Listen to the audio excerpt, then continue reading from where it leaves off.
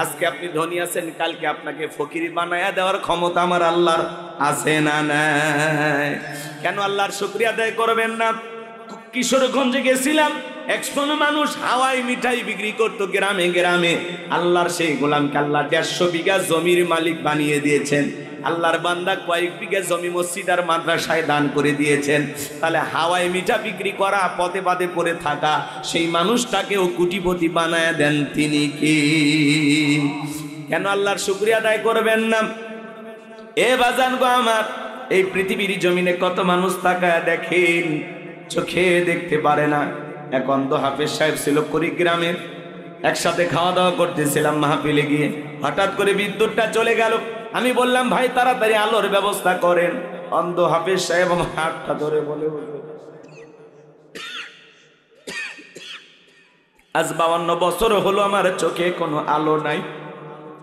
ও হুজুর, আমার মা দেখতে কেমন আমি জানি না, বাবাটা দেখতে কেমন আমি জানি না। মা বাবা আমাকে বিবাহ করাইছে, আমার স্ত্রী দেখতে ফর্সা না কালা আমি জানি না। আল্লাহ আমাকে অনেকগুলো সন্তান দিয়েছে, ছেলেগুলো কেমন, মেয়েগুলোর চেহারা কেমন আমি জানি না। আসমান জমিন দেখতে কেমন আমি জানি না। আমার চেহারাটা ফর্সা না কালা আমি জানি না। ও হুজুর, আল্লাহ তাআলা দুনিয়ার জমিনে আমাকে চোখের আলো দেয় নাই, আমি মন খারাপ করি নাই। কিয়ামতের ময়দানে যেদিন আল্লাহ তাআলা আমার চোখের আলো ফিরিয়ে দেবে, ওই দিন চোখের আলো ফিরে পাওয়ার পরে সর্বপ্রথম যেন আমি আমার চোখ দিয়ে আমার মনিব আমার আল্লাহকে আমি যেন দেখতে পাই। একটা অন্ধ ব্যক্তির সান্ত্বনাটা কোথায়? আল্লাহ চাইলে অন্ধ বানাইতে পারতেন, ল্যাংড়া লুলা বানাইতে পারতেন। আল্লাহ চাইলে চেহারা সব ছিল, কথা বলতে পারতাম না, বোবা বানাইতে পারতেন। কথা বলেন ঠিক কিনা? আর রহমান আল্লামাল কোরআন খলাকাল ইনসান আল্লামাহুল বায়ান। আল্লাহু আকবার। আল্লাহ আমাদেরকে সৃষ্টি করেছেন, তিনি আমাদেরকে কথা বলার শক্তি দিয়েছেন। কথা বলেন ঠিক কিনা? আর আমরা যদি বলা হয় ভাই কেমন আছেন, এই যে বলে না, আপনারা সবাই কেমন আছেন? আলহামদুলিল্লাহ। অনেকে বলতে চায় না ভাই কেমন আছেন। ভাই গরিবের থাকা না থাকা আমার মতো ভাই হতভাগার কি আর খবর নেবেন, আসি কোনো মতে, মানে কোনো মতে আসি। এরপরেও সহজে বলতে চান না, অনেক কষ্টের পরে পরে আলহামদুলিল্লাহ। যশোর মাগুরে ঘুরে এসে বলে আলহামদুলিল্লাহ। আপনাকে জিজ্ঞাসা করা মাত্রই আপনি বলবেন ভাই কেমন আছেন, আলহামদুলিল্লাহ। অন্তর থেকে মন থেকে খুশি হয়ে আলহামদুলিল্লাহ বলেন, আল্লাহ আপনাকে ভালো রাখবে। কথা বলেন ঠিক কিনা? আমার এক জাগিরদার ছিল, ফোন দিলে বলতাম বাজান কেমন আছেন, আলহামদুলিল্লাহ আমি ভালো আছি। আপনার কোনো সমস্যা আছে বাজান? তখন বলতেছে না, সমস্যা যদি থাকে তোমাকে কেন বলবো, সমস্যা দিবেন যিনি, সমাধানও করবেন তিনি, আল্লাহ আকবার। আপনার আমার জীবনের যত কথা বন্ধুর কাছে শেয়ার না করে, আপনার আমার জীবনের সবচাইতে আপন কে? আল্লাহ। জোরে বলেন কে? আল্লাহর চাইতে বড় আপন আর কেউ নাই। কথা বলেন ঠিক কিনা? মুমিনের সবচাইতে একমাত্র শুধুমাত্র আপন আল্লাহ। এই জন্য জীবনে যা চাওয়ার আল্লাহর কাছে চাইবেন, যা বলার আল্লাহর কাছে বলবেন। কথা বলেন না? সামনের দিকে যায়, কষ্ট হচ্ছে নাকি আপনাদের? তাহলে সুখে থাকি আর দুঃখে থাকি সব সময় প্রশংসা হবে কার? আল্লাহ চাইলে এই মুহূর্তে আপনাকে আমাকে 8 দিন মেডিকেলে ভর্তি করাইতে পারতো না? জোরে বলেন, সে ক্ষমতা আল্লাহর আছে না নাই? আল্লাহ সুস্থ রেখে মাহফিলে আসার তৌফিক দিয়েছেন। এই সুস্থতা হলো বান্দার জীবনের সবচেয়ে দামি একটি নিয়ামত। বলুন সুবহানাল্লাহ। এই অসুস্থ না হলে বোঝা যায় না যে সুস্থতা কত বড় নিয়ামত। যখন একটু অসুস্থ হয় তখন বোঝা, আল্লাহ আমি নামাজ কালাম পড়ি, আমারই জ্বর হলো। কথা কয় না? এরকম করে কি না? আমি হাজি মানুষ, আমারই অসুখ আছে না? আরে বাবা, আল্লাহ তাআলা আপনাকে অসুস্থতা দিয়ে পরীক্ষা করে। কি করে? পরীক্ষা করে। এই যে অসুস্থতা, এটা এক ধরনের কি পরীক্ষা। এটা আল্লাহ তাআলার একটা নিয়ামত। আল্লাহ আপনাকে পরীক্ষা করে যে বান্দার একটু রোগ দিলে বান্দা কি করে। কথা বোঝেন নাই মনে হয়? একটু অনিশ বিষয়ে গেলে আমরা আল্লাহ পর্যন্ত গালি দিয়ে দিই। আল্লাহ আমার বেলাতে এটা হয়, আল্লাহ বুঝি আমারে ভালোবাসে না, আফসোসে ভুগি, হতাশায় ভুগি, মনে হয় সব সমস্যা আমার। আরে ভাই, আপনার চাইতে আরো বড় সমস্যায় মানুষ ভুগতেছে। কথা বলে ঠিক না? রাগ করেন নাকি আপনারা? তাহলে সুখে থাকি আর দুঃখে থাকি সবসময় প্রশংসা হবে কার? জিগুর গাছা বাজারে আপনার একটা দোকান আছে, আলহামদুলিল্লাহ। কত মানুষ এখানে একটা দোকান দেওয়ার জন্য স্বপ্ন দেখে। আপনি সৌদি আরব, মালয়েশিয়া, দুবাই, কাতার, আমির, আরব আমির, এগুলো প্রবাসী, আলহামদুলিল্লাহ। বিদেশে থাকেন আপনি, লন্ডন, আমেরিকা, আলহামদুলিল্লাহ। কত মানুষ বিদেশে যাওয়ার জন্য স্বপ্ন দেখে, কথা বলেন। আপনি ভ্যান চালান, রিক্সা চালান, আলহামদুলিল্লাহ, গরিব হইতে পারেন, তাতে কি সমস্যা? আলু ভর্তা দিয়ে ভাত খান, তাও শান্তি আছে। ধনী, টাকা আছে, কোটি কোটি টাকা, কিন্তু শান্তি নাই। স্বামী স্ত্রীর মধ্যে দাও করে সম্পর্ক, বউ আলাদা রুমে ঘুমায়, স্বামী আলাদা রুমে ঘুমায়, কথা বলে না কেন? কাছে গেলে বিবি চিৎকার মেরে বলে, ডোন্ট টাচ মি, কথা কয় না কেন? আমার এই ছুঁইয়া দেখবো না, ছুঁয়ে যাও, কথা বলেন না কেন আপনারা?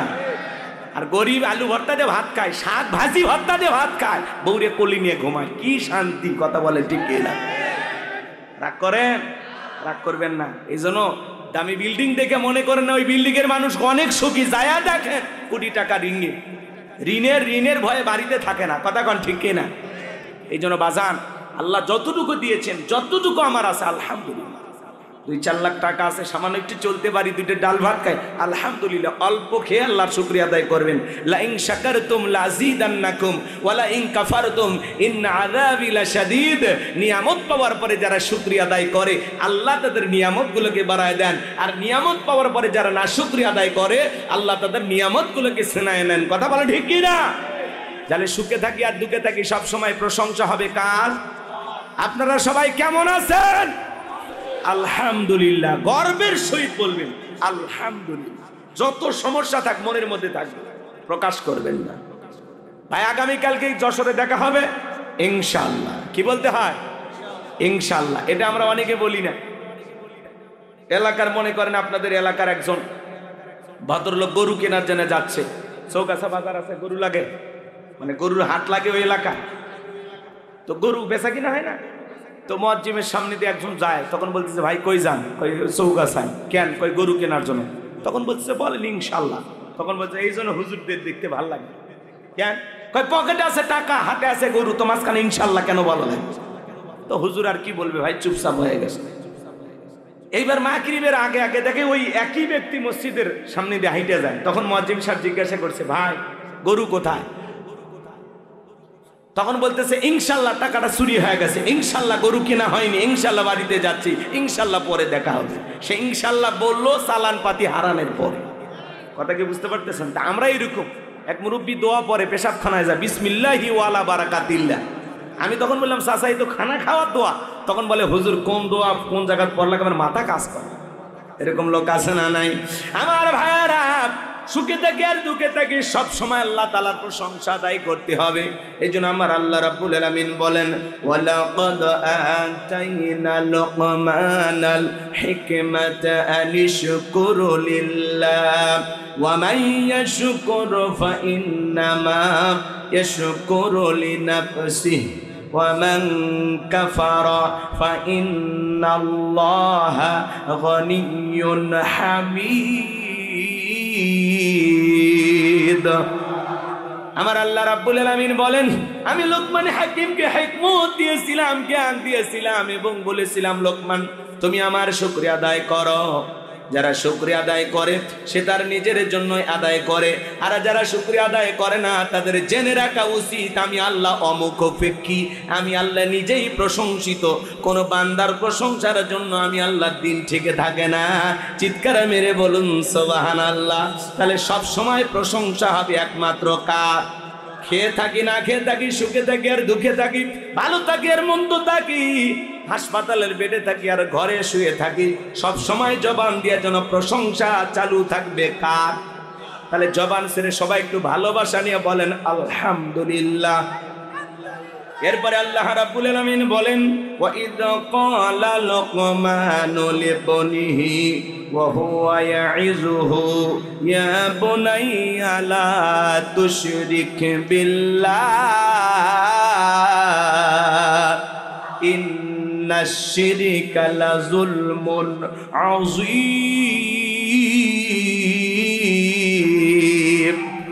আমার আল্লাহ রাব্বুল আলামিন বলেন, স্মরণ করো লোকমান হাকিমের কথা। যখন লোকমান হাকিম তার কলিজার টুকরা সন্তানদেরকে একত্রিত করে, যুবকে বসো বসো, 12:30 বাজছে, তোমাদের জন্য স্পেশাল কিছু আলোচনা আছে, বলছি না? তোমরা যুবক, আমিও যুবক, তোমাদের মনের অবস্থাটাকে আমি বুঝি না। একটু অপেক্ষা করো, এত অস্থির হয়েছে কেন? আগে তাফসির বোঝো, তারপরে কথা প্রসঙ্গে সব এসে যাবে। মহিলা যারা আসছেন, মা বোনেরা মন খারাপ করবেন, আপনাদের জন্য স্পেশাল কিছু আলোচনা বরাদ্দ আছে। একটু অপেক্ষা করেন, শুরু করি। এটা কি মেশিন পাইছেন যে সুইচ দিলে এদিক ওদিক খেলি দৌড়াবে? একটা লাইন আছে তো, আটঘাট বাদে নেই। 12:30টার পরে যদি আলোচনা শুনে ভালো না লাগে, বিকাশ নাম্বার দেবেন, টাকা ফেরত দেবেন। আপনারা ওই যাতায়াতের যে গাড়ি ভাড়া, ওইটা ফেরত দিয়ে দেবেন। কয় টাকা খরচ হয়েছে বলবেন, মোটরসাইকেলের তেল, অটো ভাড়া যা লাগে দিয়ে দেবেন। কিন্তু 12:30টার পরে বলা লাগবে, এর আগে বললে হবে। এই অফার 12:30 পর্যন্ত। কথা কি বুঝতে পারতেছেন? একটু অপেক্ষা করেন বাজান। কোরআনের কথাগুলো শুনতে ভালো লাগে না? এই যে এখানে একজন আলেম বান্দা বসে আছেন, দেখেন তো আমার কথার লাইন ঠিক আছে না? আল্লাহ তাআলা কি বলতেছেন? স্মরণ করো লোকমানে হাকিমের কথা। যখন লোকমানে হাকিম তার সন্তানদেরকে, উনি শুধু মাঠে ময়দানে ওয়াজ নসিহত করতেন না। আপনি সারা জীবন ওয়াজ নসিহত করেন, আপনার বউ বেপরদায় চলে, মেয়ে কথা শুনে না, লাভ আছে। তাহলে ঘর ঠিক করা দরকার আছে না? না, ওয়াজ মাঝে মাঝে ঘরের ভিতরে করা লাগবে, পারিবারিক বৈঠক করা লাগবে, পারিবারিক পরামর্শ করা লাগবে। কি প্ল্যান আপনাদের সন্তানদেরকে নিয়ে? তাদেরকে বলতে হবে, বাবা আমি তোমাকে নিয়ে এই স্বপ্ন দেখি। কথা বলেন। নায়ক গায়কের স্বপ্ন দেখলে হবে না, সন্তানকে নিয়ে আলেম বানাইতে হবে, দ্বীনের দায়ী বানাইতে হবে, মুফতি মুহাদ্দিস বানাইতে হবে। কথা বলেন না কেন আপনারা? ডাক্তার ইঞ্জিনিয়ার বানাইতে। ভালো স্বপ্ন দেখবেন। নায়কের বাবা হয় লাভ আছে, গায়কের বাবা হয় লাভ আছে। শোনেন শোনেন, এদিকে শোনেন, সামনে গেলে বুঝবেন। লোকমানে হাকিম তার সমস্ত সন্তানদেরকে একত্রিত করে বলতেছেন, ইয়া বুনাইয়া, হে আমার বৎস, হে আমার কলিজার টুকরা সন্তান, হে আমার হৃদয়ের স্পন্দন, আল্লাহর কোরআন আপনাকে শেখাচ্ছে কিভাবে আপনার সন্তানকে আপনি ডাকবেন। সুবহানাল্লাহ। আদর করে ডাকতে হবে। ইয়া বুনাইয়া, হে আমার বৎস, হে আমার কলিজার টুকরা সন্তান, হে আমার হৃদয়ের স্পন্দন। কিন্তু আমরা সন্তানদেরকে আদর করে ডাকি না, নাম রাখছে বল্টু। বলেন তো, আজ পর্যন্ত কোনো মাহফিলে যা শুনছেন, এখন আপনাদের সামনে ওয়াজ করবেন হযরত মাওলানা বল্টু সাহেব, শুনছেন? এই বল্টুটা জীবনে কিছু হতে পারে? এগুলো নাম রাখবেন না। Bolt, nut, screw, bullet, tyre, fire আছে না, আজে বাজে নাম রাগ কইরেন না। হাসি খুশি, মায়া, জয়া, জনি, সনি, কি নামের স্টাইল আছে না ভাই? এগুলো নাম রাখবেন, ইসলামিক নাম রাখবেন। আল্লাহর কাছে দুইটা নাম প্রিয়, একটা আব্দুল্লাহ আর একটা আব্দুর রহমান। ওলামায়ে কেরামদের কাছ থেকে শুনে নাম রাখবেন। কথা কন নাকি আপনারা? আমি যদি আপনাদেরকে প্রশ্ন করি, আপনার সন্তান আপনার কাছে কয়টি হক পাবে বলতে পারবেন? বলেন কয়টি? অনেকে বলতে পারবেন না। আপনার সন্তান আপনার কাছে হক পাবে 12টি। জোরে বলেন কয়টি? 12টি। সন্তানের 1 নাম্বার হক কি? সন্তান জন্মগ্রহণ করার সাথে সাথে একটা ছবি তুলে ফেসবুকে পোস্ট করতে হবে, অনেক কষ্টের পরে বাবা হইলাম। সুবহানাল্লাহ বলবেন না? এটা তো প্রথম কাজ।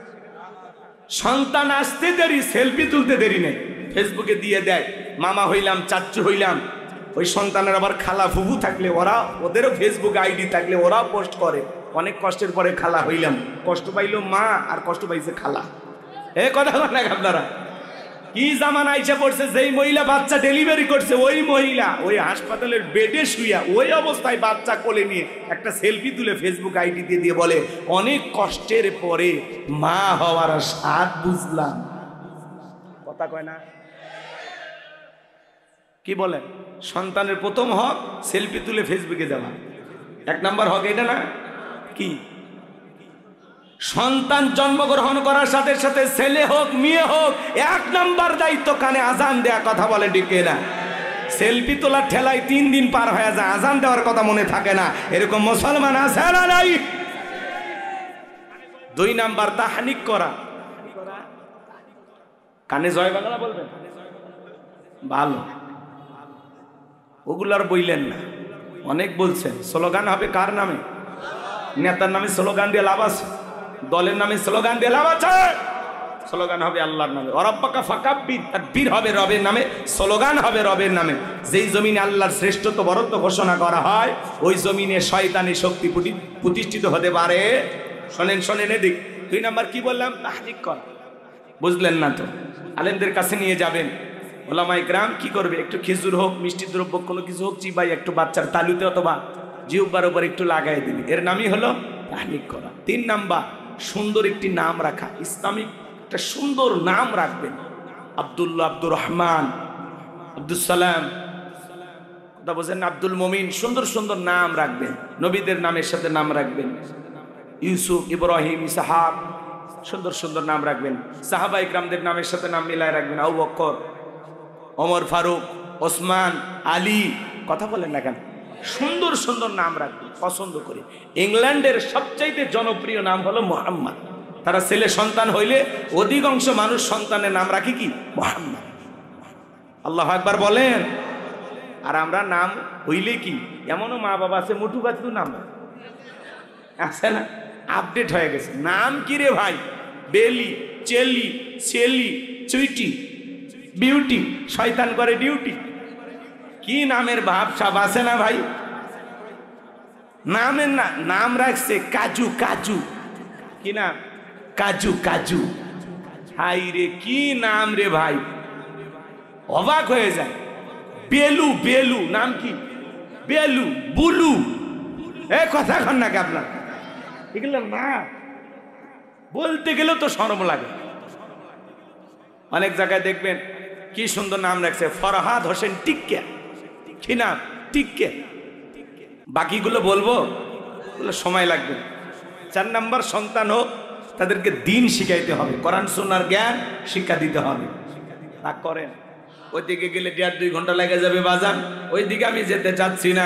আপনাদের উদ্দেশ্যে যে কথা বলে দিয়ে যাই, লোকমানে হাকিম তার সন্তানদেরকে আদর করে গিয়ে বলতেছেন, ইয়া বুনাইয়া, হে আমার বৎস, আমার কলিজার টুকরা সন্তান, হে আমার হৃদয়ের স্পন্দন, লা তুশরিক বিল্লাহ, আল্লাহর সাথে কখনো কাউকে শরীক করা যাবে না। ইন্না শিরিকা লা যুলমুন আযীম, এই শিরিক হলো সবচাইতে বড় জুলুম, সবচাইতে বড় অপরাধ, সব পাপের বড় পাপ নাম হলো শিরিক। একটা ছেলে ডেকে বলে, আব্বা আমারে দেওয়াজ নসিহত হবে না, আমারে দিয়ে ইমামতি হবে না, আপনি টাকা দেন, আমি ব্যবসা বাণিজ্য করব, বিজনেস করব। লোকমানে হাকিম ডেকে বলে, ছেলে রে টাকা দেবো কোথা থেকে, টাকা তো আমার কাছে নাই। ছেলেটা বড় না সরবান্দা ডেকে বলে, আব্বা আমারে দিয়ে আওয়াজ নসিহত হবে না। আপনারা বলেন তো বাজান, আলেমের বেটা সবাইকে আলেম হয়? ডাক্তারের বেটা সবাইকে ডাক্তার হয়? আলেমের বেটাও জালেম হয়, ডাক্তারের বেটাও ডাকাত হয়, কথা বলেন ঠিক কিনা? আবার অনেক সময় জালেমের বেটাও আলেম হয়, ডাকাতের বেটাও ডাক্তার হয়, কথা কন। কে বানায়? মনোযোগ দিয়ে কথাগুলো শুনে যান বাজান। ছেলেটা ডেকে বলে, আব্বার টাকা দিতেই হবে। লোকমানে হাকিম ডেকে বলে, আমি আমার এক বন্ধুর কাছে টাকা পাই, সে একটা দ্বীপে বসবাস করে। আজ পর্যন্ত বহু মানুষকে পাঠাইলাম, কেউ তো আসে না বাবা। এই দ্বীপ পর্যন্ত পৌঁছাইতে গেলে তোমার জীবন যাওয়ার সম্ভাবনা আছে। আমি বাবা হয়ে ছেলেকে মৃত্যুর মুখে ফেলে দিতে পারবো না। ছেলেটা বড় না সরবন্দা বলে, আব্বা আপনি শুধু লোকেশনটা বলে দেন। বারবার অনুরোধ করার কারণে লোকমানে হাকিম বলে দিল, আমার সন্তান শোনো, বাড়ি থেকে যখন বের হয়ে যাইবা 2 রাকাত সলাতুল হাজতের নামাজ আদায় করবা। আনে মনে রাখবা, বিপদের আগে আর পরে 2 রাকাত সলাতুল হাজতের নামাজ আদায় করবা। এইবার লোকেশন বলে দিলেন, বাবা শোনো, ঘর থেকে বের হয়ে যাওয়ার পরে বিশাল মরুভূমি রাস্তা পাড়ি দিতে দিতে ক্লান্ত হয়ে যখন পড়বা, তাকায় দেখবা একটা জঙ্গল দেখা যায়। ওই জঙ্গলের ভিতরে ঝর্ণার পানি পড়তেছে, সেখান থেকে প্রয়োজন মোতাবেক পানি পান করবা। এরপরে আমার সন্তান ভালো করে শুনে নাও, জেনে নাও, সেখান থেকে পানি পান করার পরে প্রয়োজন মোতাবেক পানি নেবা। পিছন দিকে তাকায় দেখবার জঙ্গলটা দেখা যায় না, আবার পথ চলতে থাকবে। লোকমানে হাকিম সব সন্তানকে বুঝিয়ে বলিয়ে দিলেন। এইবার ছেলেটা পথ চলতে চলতে তাকায় দেখে বিশাল একটা বটবৃক্ষ। বাবা বলেছে ছায়া আশ্রয় নিলে বিপদ হবে। তাকায় দেখে গাছের উপরে একটা মুরব্বী বসে আছে। ডেকে বলে, বাবা তুমি আমার কাছে আসো, তোমার কোনো টেনশন নাই। ডেকে বলে, না আব্বা বলেছে বিপদ হবে। বলে, কোনো বিপদ হবে না। তোমার বাবা কি বলে নাই পথের মধ্যে একটা মুরব্বীর সাথে দেখা হলে মুরব্বী যা বলবে তুমি তাই শুনবা? বলে, হ্যাঁ বলেছে। তাহলে ভয় পাওয়ার কোনো কারণ নাই, তুমি চলে আসো। এইবার লোকমানে হাকিমের সন্তান যখন বটবৃক্ষের ছায়া আশ্রয় নিলেন, ক্লান্ত শরীর মুহূর্তের মধ্যে ঘুম চলে আসলো। গাছের গোড়া থেকে একটা বিষাক্ত সাপ বের হয়ে লোকমানে হাকিমের সন্তানটাকে সবল মারলো। মুরব্বী তাকা দেখে সত্যি তো ছেলেটার বড় বিপদ হয়ে গেল। এবার সাপটাকে ধরলেন, তার সন্তানটাকে বিষ মুক্ত করলেন, ধারালো অস্ত্র দিয়া 2 টুকরো করে পিছনের অংশ ফেলায় দিয়া মাথার অংশটা লোকমানে হাকিমের সন্তানের ব্যাগের ভিতরে রেখে দিলেন। এইবার ছেলেটা যখন ঘুম থেকে জাগ্রত হয়েছে, ডেকে বলে বাবা সত্যি তোমার বড় বিপদ হয়েছিল, বিষাক্ত সাপ তোমাকে ছবল মেরেছিল, আমি তোমাকে বিষ মুক্ত করেছি, আর কোনো চিন্তার কারণ নাই। লোকমানে হাকিমের সন্তান আবারও 2 রাকাত সালাতুল হাজতের নামাজ আদায় করলেন। বাবা বলেছে বিপদের আগে আর পরে 2 রাকাত সালাতুল হাজতের নামাজ আদায় করাবা। এইবার লোকমানে হাকিমের সন্তান ডেকে বলে মুরব্বী, ওই জনবসিত এলাকায় গিয়ে বাবার পরিচয় বলে দিলে তারা আমাকে সেই দ্বীপের রাস্তাটা দেখিয়ে দিবে। মুরব্বী ডেকে বলে বাবা আজকে যদি আমি তোমার সঙ্গী হই তোমার কি কোনো আপত্তি আছে? বলেন আমার কোনো আপত্তি নাই। এইবার এই মুরব্বীকে নিজের সঙ্গী বানায় চলে গেলেন ওই জনবসিত এলাকায়। যা যখন তার বাবার পরিচয় দিলেন আমি লোকমানে হাকিমের সন্তান, এই কারণে সবাই মহব্বত করতে লাগলেন, ভালোবাসা দেখাইতে লাগলেন। বাবার কারণে অনেক সময় মানুষ সন্তানকে ভালোবাসা দেয়। আল্লামা সাইদি হুজুরের সন্তান যদি জিগর গাছায় এসে বলে আমি আল্লামা সাইদির সন্তান, আপনারা কি ভালোবাসা দিবেন কিনা বলেন? অবশ্যই মহব্বত করবেন, খাইতে দিবেন, বসতে দিবেন, আদর আপ্যায়ন করবেন, হাদিয়া তহফা দিবেন। কথা বলে বাবার কারণে, বাবার কারণে। ডক্টর মিজানুর রহমান আজারি ভাই তার সন্তান যদি আসে ভালোবাসা দিবেন কিনা বলেন? অবশ্যই দিবেন। আল্লামা মামুনুল হক তার সন্তান আসলে ভালোবাসা দিবেন। আমার মতো ভাঙ্গা মানুষটাকে আপনারা ভালোবাসেন, আমার সন্তান আসলেও ভালোবাসা দিবেন কিনা বলেন? মাশাআল্লাহ দেবেন। ঠিক আছে, বাবার কারণে মানুষ সম্মান করে। কথা বলেন ঠিক কি না? লোকমানে হাকিমের ছেলেটাকে সবাই ভালোবাসা দেখাইতে লাগলো, কেউ খাইতে দেয়, কেউ ঘুমানোর জায়গা দেয়। ওই এলাকা একটা সুন্দরী মহিলা ছিল। বাবা বলেছে বাবা খবরদার, ওই এলাকায় যাওয়ার পরে একটা সুন্দরী নারী আছে, তারে কিন্তু বিবাহ করা যাবে না, করলেই কিন্তু তোমার বিপদ হবে। এইবার সবাই বলতেছে ও লোকমানে হাকিমের সন্তান, এলাকায় একটা সুন্দরী মেয়ে আছে, বিয়ে করো আর না করো পাত্রীটা একবার দেখো। সবাই যখন অনুরোধ করলো, লোকমানে হাকিমের সন্তান এইবার চিন্তা করলো সবাই যেহেতু বলে পাত্রীটা দেখার জন্য, পাত্রী দেখলে আর কি হবে, বিয়ে করি আর না করি পরে। এইবার পাত্রী দেখার জন্য চলে গেল। এইবার মেয়েটাকে যখন সামনে নিয়ে আসা হলো, এতটা সুন্দরী ছিল বাজান, সেই সময়ের বিশ্ব সুন্দরী বললেও ভুল হবে না। এতটা সুন্দরী, চোখ দুটি হরিণীর মতো কালো, কমলার মতো গাল, গোলাপের পাপড়ির মতো ঠোঁট, কি মায়াবী চেহারা। লোকমানে হাকিমের সন্তান দেখে মায়ায় পড়ে গেল। এত সুন্দরী মেয়ে অপছন্দ করার কোনো সুযোগ নাই। কথা বোঝেন নাই? পাত্রী দেখে পছন্দ হয়ে গেল। সবাই এবার দেখে বলতেছে বাবা মেয়ে কি পছন্দ হয়েছে? কেমনে বলে না, এত সুন্দর মেয়ে কেমনে বলবে আমার পছন্দ হয় নাই? সবাই ডেকে বলে যেহেতু তুমি আমাদের একজন পরিচিত ভালোবাসার মানুষের সন্তান, তুমি যেহেতু লোকমান হাকিমের সন্তান, তোমার কাছে আমরা কোনো বিষয় গোপন রাখবো না। মেয়েটা দেখে পছন্দ হয়েছে ঠিক আছে, কিন্তু মেয়েটার একটা গোপন সমস্যা আছে। কথা কয় নাকি? রাগ করেন? পাত্রী দেখতে গেলে আশেপাশে আপনারা খোঁজ খবর নেন না মেয়েটার কি অবস্থা? বলে ওই অমুকের মেয়ে কয়েকদিন আগে 7 দিন কক্সবাজারে একটা ছেলের হাত ধরে ঘুরিয়ে বেড়ে তারপরে বাড়িতে আসছে। কথা কয় নাকি? গোপন তথ্য ফাঁস করে দেয়। রাগ করছেন? পাত্রী দেখতে গেলে ছেলে তোমাদেরকে বলছি খবরদার বন্ধু বান্ধব সাথে নিয়ে যাইবা না। অনেকে বন্ধু বান্ধব আত্মীয় স্বজন 14 গোষ্ঠী নিয়ে যায়। কে বলেছে বাবা? আচ্ছা তোমার বন্ধু, তোমার দুলে ভাই, তোমার আত্মীয় স্বজন এই যে যায়, যে পাত্রী দেখে দেখে জায়েজ আছে? জায়েজ আছে? পাত্রী দেখতে গেলে কারে নিয়ে যাবা? মা আর তোমার বোনকে সাথে নিয়ে যাইবা। শোনো শোনো, খবরদার খালার ভাবিকে নিবা না। খালা যদি সাথে নাও, মেয়ে দেখতে যতই সুন্দর হোক বলবে না না এর সাথে আমার লাভলি ভালো আছে। তার মানে বাড়িতে একটা কে আছে? লাভলি আছে। লাভলি কার মেয়ে? খালার মেয়ে। কথা কয় না কে? খালা চাইবে যে বিয়েটা লাভলির সাথেই হোক। কথা কয় না কে? আর ভাবি কখনো চাইবে না তার চাইতে বেশি সুন্দরী কোনো মেয়ে ওই বাড়ির বউ হয়ে বাড়িতে যাক, কারণ তাতে ভাবির কদর কমে যাবে, আদর যত্ন কমে যাবে। ভাবি চাইবে ভাবির চাইতে যেন কম সুন্দরী বউ হয়। কথা বলে ঠিক না? এই জন্য 2 জন মহিলাকে নেওয়া যাবে না, কিন্তু মা চাইবে আমার ছেলের বউটা যেন চাঁদের মতো সুন্দরী হয়। বোন চাইবে আমার ভাইয়ের যেন একটা সেই সুন্দরী ভাবি হয়, কারণ বোন আর মায়ের মধ্যে কোনো ষড়যন্ত্র নাই, নির্ভেজাল। রাগ করেন? তাহলে পাত্রী দেখতে কারে নিয়ে যাবা? মা আর বোনকে নিয়ে যাবা। রাগ করতেছেন নাকি? বিয়ে করছেন তার কি করার, সেটা বলতেছেন। তার মানে কি আর একবার রিস্ক নেবেন? ভাবি যদি জানে তে আপনার খবর আছে। রাগ করতেছেন নাকি আপনারা? এইবার লোকমানে হাকিমের সন্তানকে সবাই ডেকে বলে, বাবা মেয়ের একটা গোপন সমস্যা আছে। এই মেয়ের এর আগেও 1 নয় 2 নয় 10টা ছেলের সাথে বিয়ে হয়েছিল, 10টা স্বামী বাসর ঘরে মারা গেছে, একটা স্বামীও জীবিত বের হয় নাই, তোমার সিরিয়াল 11 নাম্বার। এবার রাজি থাকলে বলো। এই কথা যখন বললেন লোকমানে হাকিমের সন্তান টেনশনে পড়ে গেল। পাত্রী দেখেও ভালো লেগে গেছে, পছন্দ হয়ে গেছে, বিবাহ করতে চাই। লোকমানে হাকিমের সন্তান বিয়ে করলে ঘটনাটা কি হয় আপনারা কি শুনবেন? কারা কারা শুনবেন 2 হাত তুলে আল্লাহকে দেখান। লিল্লাহে তাকবীর। হাত নামান বাজান। লোকমানে হাকিম তার আদর করে সন্তানদেরকে ডেকে বলেন, ইয়া বুনাইয়া লা তুশরিক বিল্লাহ ইন্নাশ শিরকা লাযুলমুন আযীম। ডেকে বলেন, হে আমার বর্ষ, হে আমার কলিজার টুকরা সন্তান, হে আমার হৃদয়ের স্পন্দন, লা তুশরিক বিল্লাহ, আল্লাহর সাথে কখনো কাউকে শরীক করা যাবে না, আল্লাহর সমকক্ষ কাউকে স্ত্রী করা যাবে না। ওয়ালাম ইয়াকুল্লাহু কুফুয়ান আহাদ, আকাশ আর জমিনে আল্লাহর সমকক্ষ, আল্লাহর সমতুল্য আর কেউ নাই। ইন্না শিরিকা লাযুলমুন আযীম, এই শিরিক হলো সবচাইতে বড় জুলুম, সবচাইতে বড় অপরাধ, সব পাপের বড় পাপ নাম হলো শিরিক। বড় শিরিকগুলোকে শিরিক আকবর বলা হয়, ছোট শিরিকগুলোকে শিরিক আসগর বলা হয়। শিরিক হলো মোট 42 প্রকার, এগুলোকে ভাঙলে হবে 72 প্রকার, সর্বমোট হলো 120 প্রকার।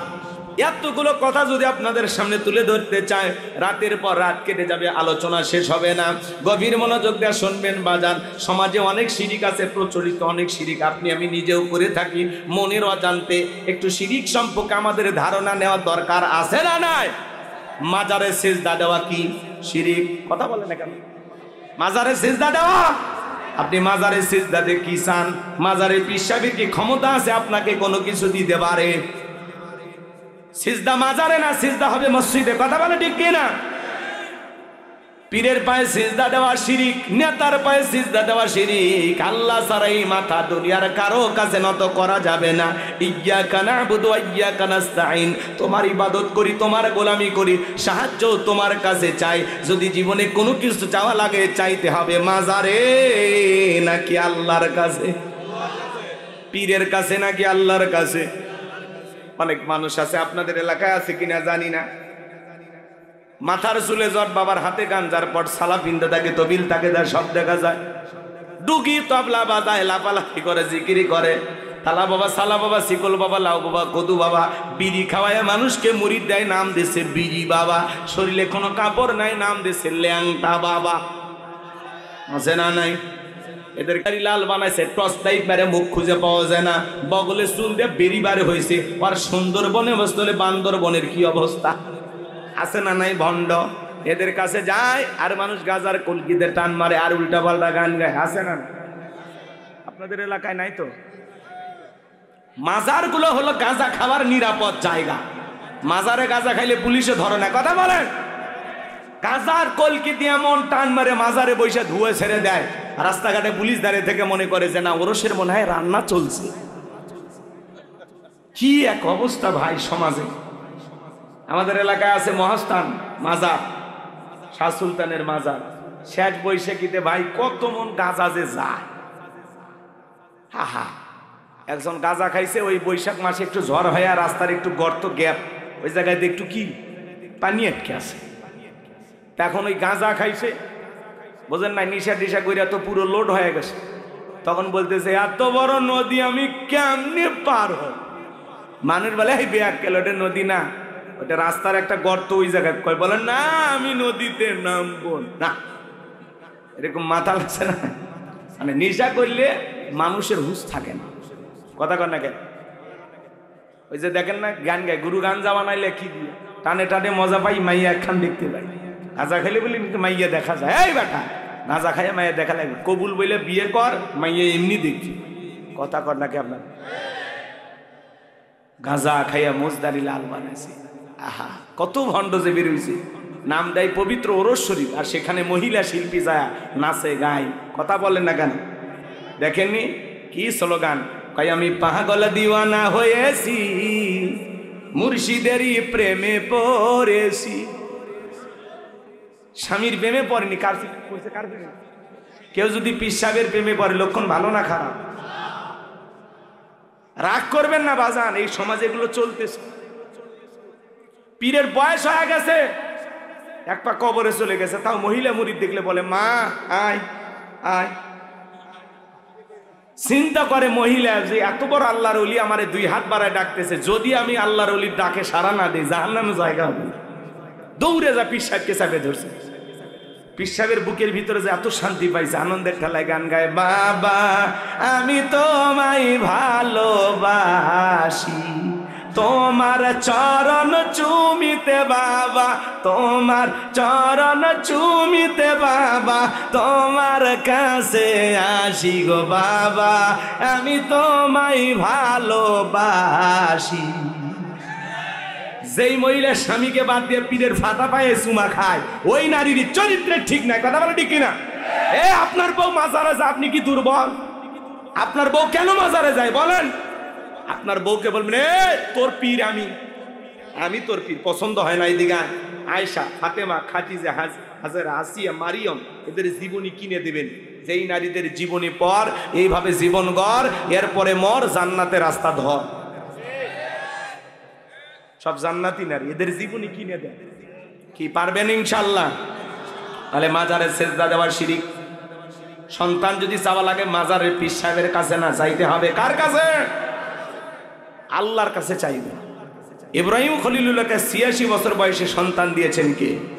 সে আল্লাহ আজও আছে না নাই? আল্লাহর কাছে চাইবেন। ফাইজা ফারাগাতা ফানসাব ওয়া ইলা রাব্বিকা ফারগাব। বান্দা যখন নিঃস্ব অসহায় দুর্বল হইবা, তোমার শূন্য হাতটা আমি আল্লাহর দিকে পেতে ধরো, তোমার শূন্য হাতটা আমি আল্লাহ পূর্ণ বানায় ফেরত দিব। বলুন সুবহানাল্লাহ। এরপরে ট্রাকের পিছনে সেরা স্যান্ডেল ঝুলানো কেন? কয় দুর্ঘটনা থেকে বাঁচার জন্য। বলেন তো বাজান, দুর্ঘটনা থেকে বাঁচানোর মালিক কে?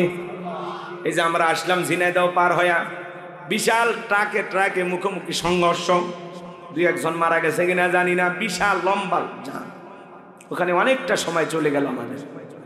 তাছাড়া তো 8:30 9টার মধ্যে চলে আসতাম, সেটা ডাল ভাতও খাইতে পারতাম না, খাইয়ে খালি আপনাদের উদ্দেশ্যে চলে আসতাম। রাগ করছেন আপনারা না? অনেক মাহফিলে আবার যখন আমার মানে যাই সময় মতো, তখন আবার সময় মতো দেয় না, 11টার পরে দেয়, বোঝেন নাই? তখন আবার 11টার পরে দেয়। আর যেদিন যাবো না, কয় হুজুর আপনি আসলে 9টায়, আপনি ছাড়া কেউ নেই। কথা হয় না? এরকম হয়, বোঝেন না? যেটাতে দেরিতে যাবেন ওটাতে আমাকে সকালে দেবে, আর যেটা সময় মতো উপস্থিত হবেন ওইটাতে দেরিতে উঠাবে। কয়েকদিন আগে এক মঞ্চে গেলাম, 12টার পরে উঠাইলো, 12:10 হুজুর কেবল লোক আসতেছে, দোকানদারি বন্ধ করে।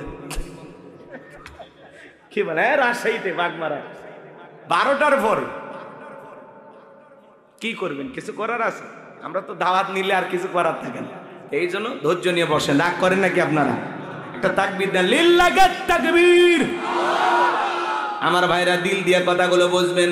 এরপরে শনিবার মঙ্গলবার বিয়ে করা হয় না, এগুলো দিন নাকি শুভ না, এগুলো ধারণা করা শিরিক। শ্রমিক কাজ করেছে, সন্ধ্যাবেলায় ধনী টাকা দিতে চায় না, কেন? কই সন্ধ্যাবেলায় যদি ধনী টাকা দেয় তাহলে নাকি ফকির হয়ে যাবে, এগুলো ধারণা করা যাবে। টিয়া পাখির কাছে যা ভাগ্য গণনা করে, কবিরাজের কাছে যা ভাগ্য গণনা করে, আছে না নাই? এগুলো ধারণা করাও শিরিক। আবার এদের স্লোগান, আপনি কি মামলায় হেরে যাচ্ছেন, বিদেশে যেতে ভয় পাচ্ছেন, দাম্পত্য জীবনে অসুখী, আসেন শেষ দর্শন আজমেরি জেমস হাউস, লিটন দেওয়ান চিস্তি, বসুন্ধরা সিটি কমপ্লেক্স, ঢাকা। এক আংটিতে নাকি এত সমস্যার সমাধান মিটে যায়। তাহলে তো এই ব্যক্তির আংটি বিক্রি করা লাগতো না। এই যে এই হাতে 5টা, এই হাতে 5টা, মোট 10টা আংটি ব্যবহার করে পৃথিবীর 1 নাম্বার ধনী হয়ে যেত। ওর আংটি বিক্রি করে খাওয়া লাগতো না। কথা বলে ঠিক কিনা? এগুলো বিশ্বাস করা যাবে? এরপরে নতুন ছেলের বউ চা বানাইতে গিয়ে কাপটা ভরে ভাঙ্গে গেছে, অলক্ষণে বউ আসছে। এই অলক্ষণ কুলক্ষণ বলে ইসলামের ভিতরে কোনো কিছু নাই, ওটা একটা দুর্ঘটনা। শাশুড়ির হাত থেকে গিলাস পরে ভাঙতে পারে। কথা বলেন, দুর্ঘটনা। রাগ করেন নাকি আপনারা? এরপরে জমজ কলা খালে নাকি জমজ বাচ্চা হয় ভালো, 2বারে কষ্ট 1বারেই হলো, মাঝখানে সিজারের টাকাটা বেঁচে গেল। কথা বলেন ঠিক কি না?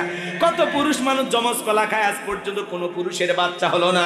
হবে কেমনি? আল্লাহ তো মেশিন পত্র দেয়নি। কথা বলেন ঠিক কি না? এই জন্য এগুলো ধারণা করা যাবে না। হাত চুলকালে নাকি টাকা আসে, ভালো বান্ধেন, 3 দিন হাত দুটা খুলে রাখেন, হাত চুলকে চামড়া উঠে যাবে, টাকা আসবে না। চিরুনি হাত থেকে পড়ে গেলে নাকি মেহমান আসে, মা বোনেরা বলে কিনা? এ কথা বলেন ভাই। চিরুনি পড়ে গেছে, কয় মেহমান আসবে, যা পাগলি রান্না শুরু কর, কেউ না আসলে আমরা খেয়ে যাব। এগুলো ধারণা করা যাবে না। এরপরে ছোট বাচ্চার কপালে কালো টিপ দেয়। যদি জিজ্ঞাসা করেন বউরে কালো টিপ কেন, কয় তোমার শাশুড়ি জানে। শাশুড়ির বললে কে জানে, কয় তোমার নানি জানে। এই নানি দাদি পর্যন্ত চলতে থাকবে। কেন কালো টিপ দিল কেউ আর বলতে পারে না। ওরা বলে বদ নজর থেকে বাঁচার জন্য, আছে না নাই? বলেন তো বাজান, তকদিরের ভালো মন্দ কার কাছে? ওয়াল কদরিহি শাররিহি মিনাল্লাহি তাআলা ওয়াল বাসি বাদাল মাউত। তকদিরের ভালো মন্দ একমাত্র আল্লাহর হাতে। কথা বলেন ঠিক কি না? লম্বা হবে বাজান, লম্বা করব না। নবী আমার সাহাবীদেরকে ডেকে বলেন, আমার সাহাবীরা শোনো, একজন ব্যক্তি একটা মাছি মেরে জাহান্নামে চলে গেল, আর একজন ব্যক্তি একটা মাছি না মেরে জান্নাতে চলে গেল। সাহাবা ইকরাম জিজ্ঞাসা করলেন, নবী গো, বুঝতে পারলাম না কেন একজন ব্যক্তি মাছি মেরে জাহান্নামে চলে গেল, কারণটা কি আমরা জানতে চাই। আল্লাহ রাসূল ডেকে বলেন, সাহাবীরা শোনো, এক দেশে এক জালেম বাদশা ছিল, রাস্তার মোড়ে মোড়ে প্রতিমা বানায় রাখতো। কথা বলেন না কেন? জালেম বাদশার নিয়ম হলো, যত মানুষ রাস্তা দিয়ে হেঁটে যাবে প্রতিমার নামে কিছু না কিছু দিয়ে যাওয়া লাগবে। এটা হলো জালেম বাদশার নিয়ম। বাংলাদেশেও দেখলেন না বাজান গো আমার, রাস্তার মোড়ে মোড়ে ভাস্কর্য বানায় রাখছে। ইহুদি মুশরিকদের কালচার, মুসলমান কখনো ভাস্কর্য বানাইতে পারে না। কথা বলেন ঠিক কিনা? 4,500 কোটি, কেউ আবার বলেছেন 6,000 কোটি। এই 4,500 হোক আর 6,000 কোটি টাকা হোক, এত কোটি টাকা খরচ করে যারা ভাস্কর্য বানাইছে, এই দেশের জনগণের টাকা নষ্ট করেছে। প্রত্যেকটা টাকার পাই টু পাই হিসাব আল্লাহর কাছে দিতে হবে। এই কথা বলেন। যেই দেশের মানুষ খাইতে পারে না, ডাস্টবিনের খাবার করে নেয়, রেল স্টেশনে ঘুমায়, কত বেকার যুবক। একজন নারী তার 500 টাকা 200 টাকার বিনিময়ে দেহটাকে বিক্রি করে পেটের ভাত জোগাড় করে। সেই দেশে যারা ভাস্কর্যের নামে বিলাসিতা করেছে, মনে রাখবেন প্রত্যেকটা টাকার হিসাব আল্লাহর কাছে দিতে হবে, দিতে হবে। আপনি যদি এই টাকা খরচ না করে মসজিদ মাদ্রাসা বানায় দিতেন, গরিব দুঃখীকে খাইতে দিতেন, বেকার যুবকদের কর্মস্থানের ব্যবস্থা করে দিতেন, পতিতালয় নারীদেরকে নিয়ে যা তাদের জীবন মান উন্নয়ন করতেন, ভালোভাবে বেঁচে থাকার ব্যবস্থা করে দিতেন, আপনার বাবার কবরে বিকাশ হয়ে সব পৌঁছে যেত। আপনারা আলেমেরা এই কথাগুলো বললে আপনাদের গায়ে বেজে যান, তারাই জেলে ঢুকে। কথা বলেন না কেন? আমরা বারবার বললাম ম্যাডাম পদত্যাগ করেন। আল্লাহ বলে কিসের পদত্যাগ? এরা যে অন্যায় অপরাধ করেছে, শুধু পদত্যাগ না, আমি আল্লাহ এদেরকে দেশ ত্যাগ করতে বাধ্য করব। ইন্না বাতশা রাব্বিকা লাশাদীদ, আল্লাহর পাকড়াও বড় কঠিন। আল্লাহ ধরে ধরে না, যেদিন ধরবে মামু বাড়ি দিল্লি গিয়ে পড়বে। কথা বলে ঠিক কিনা? রাগ করেন? আছে আছে, ক্ষমতার সিয়ের থুয়ে পালিয়ে গেছে। কথা কর নাকি আপনারা? রাগ করেন? আমরা বারবার বললাম, আমাদের কথা শুনলো না, হেলিকপ্টার নিয়ে পালিয়ে চলে গেল। ওই দেশে গেছে, কয়েক মাস কেটে গেল, মাঝে মাঝে কল রেকর্ড ফাঁস হয়, বললে দেশের কাছে আছে চট করে ঢুকবে। ঢুকবে নিতে বের হলেন কেন? এই কথা কন না। আপনি চলে যাওয়ার কারণে এই দেশের মানুষের যেই পরিমাণে ক্ষতি হয়েছে, আল্লাহর কাছে হিসাব দেওয়ার জন্য রেডি থাকেন আপনি। ওই 2-3 রাত যে পরিমাণে লুটপাট হয়েছে, দুর্নীতি হয়েছে, যেই পরিমাণে ক্ষয়ক্ষতি হয়েছে, এটার হিসাব আপনাদেরকে দেওয়া যাবে না। এত ক্ষতি হয়েছে। আপনি যদি পদত্যাগ করে জেলেও যাইতেন, আপনার নেতাকর্মী ভালো থাকতো, আপনার কোটি কোটি অনুসারী, কারো কথা ভাবলেন না, নিজের জীবনটা আগে ভাবলেন। আপনি পদত্যাগ করে জেলে গেলেও জনগণ স্লোগান দিত, আপনার কর্মীরা স্লোগান দিত জেলের তালা ভাঙবো, শেখ হাসিনাকে বের করে আনবো। এই স্লোগানটাও দিতে দিলেন না, পালিয়ে গেলেন। কয়েক মাস পরে আপনার ফুলের মালা দিয়ে মানুষ বের করে নিয়ে আসতো, কিন্তু আপনি এটা কি করলেন? কথা কর না কেন? আর মেয়ে মানুষ বাইরে কতদিন থাকবেন? আপনি আসেন, যাওয়ার আগে বলে যাননি, আসার আগে বলার দরকার নেই। যে দিক দিয়ে মন চায় আপনি আসেন। এই দেশ আপনার বাবার, এই দেশ আপনার স্বামীর। কথা বলে ডেকে না। আর আমাদের মন অনেক বড়, আপনি আসেন, আমাদেরও খারাপ লাগে, দেশের মানুষ কেন বাইরে। বুবু আইবা তুমি আইবা গো, সেই দিন আইসা বুবু চিয়ার পাইবা না।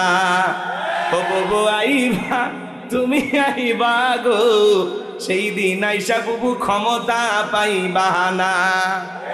খোঁজ নাই বহু কাদের কাকার, অবস্থা খারাপ দরবেশ বাবার, আউন আঙ্কেল এখন সামনে আসে না। নেতা কর্মী সব জেলের ভিতর, আমি আসি ডরের ওপর, কখন জানি আসে গ্রেপ্তারি পরোয়ানা। প্রভু আইবা তুমি আইবা গো, সেই দিন আইসা বুবু চিয়ার পাইবা না। ক্ষমতার চেয়ার থেকে নামা সহজ, কিন্তু ওই চেয়ারে ওঠা কঠিন। আগামীতে আর যাই হোক সিদ্ধান্ত নেব, আর কোন নারীকে এই দেশের প্রধানমন্ত্রী বানাবো না। আগামীতে যে দলেরই হোক পুরুষ প্রধানমন্ত্রী কারা কারা আছেন হাত তুলে দেখান। লিল্লাহি তাকবীর। হাত নামান। নারীদের দেখার দিন শেষ, আগামীতে পুরুষের বাংলাদেশ।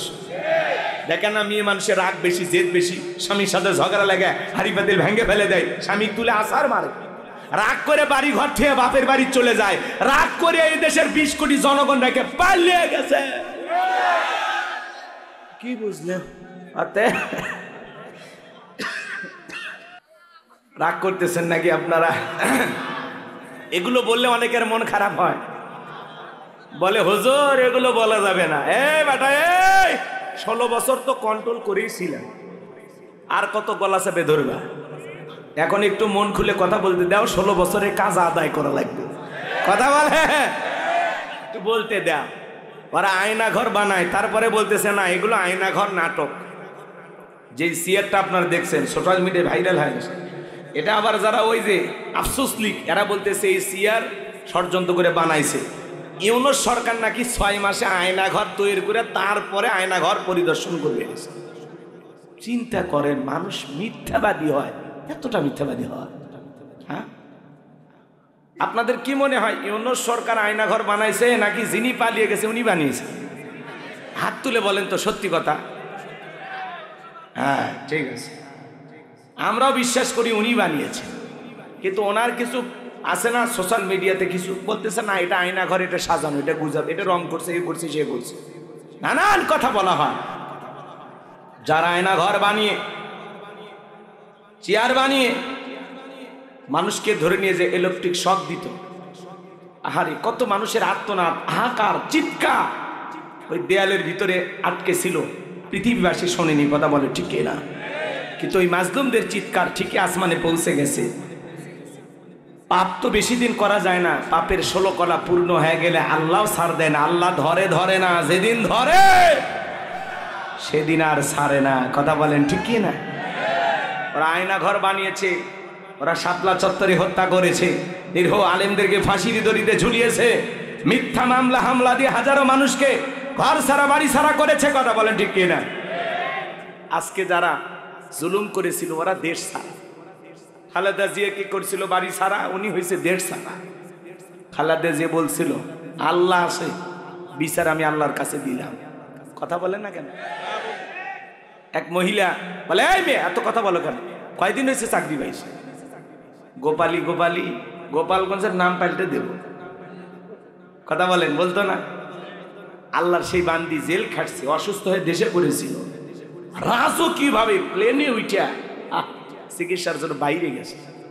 কেউ রাজকীয় ভাবে সম্মান নিয়ে দেশের বাইরে যায়, আর কেউ হেলিকপ্টার নিয়ে পালিয়ে যায় জান বাঁচানোর জন্য। এটাই আল্লাহর খেলা। উনি কখনো দেশের মানুষকে বিপদে ফেলে পালিয়ে যায়নি। গেছে খালেদা যে পালাইছে, ঈশ্বর চাচা পদত্যাগ করে জেলে গেছে, তাও পালাইনি। আপনি কেন চলে গেলেন? আমাদের খুব আফসোস।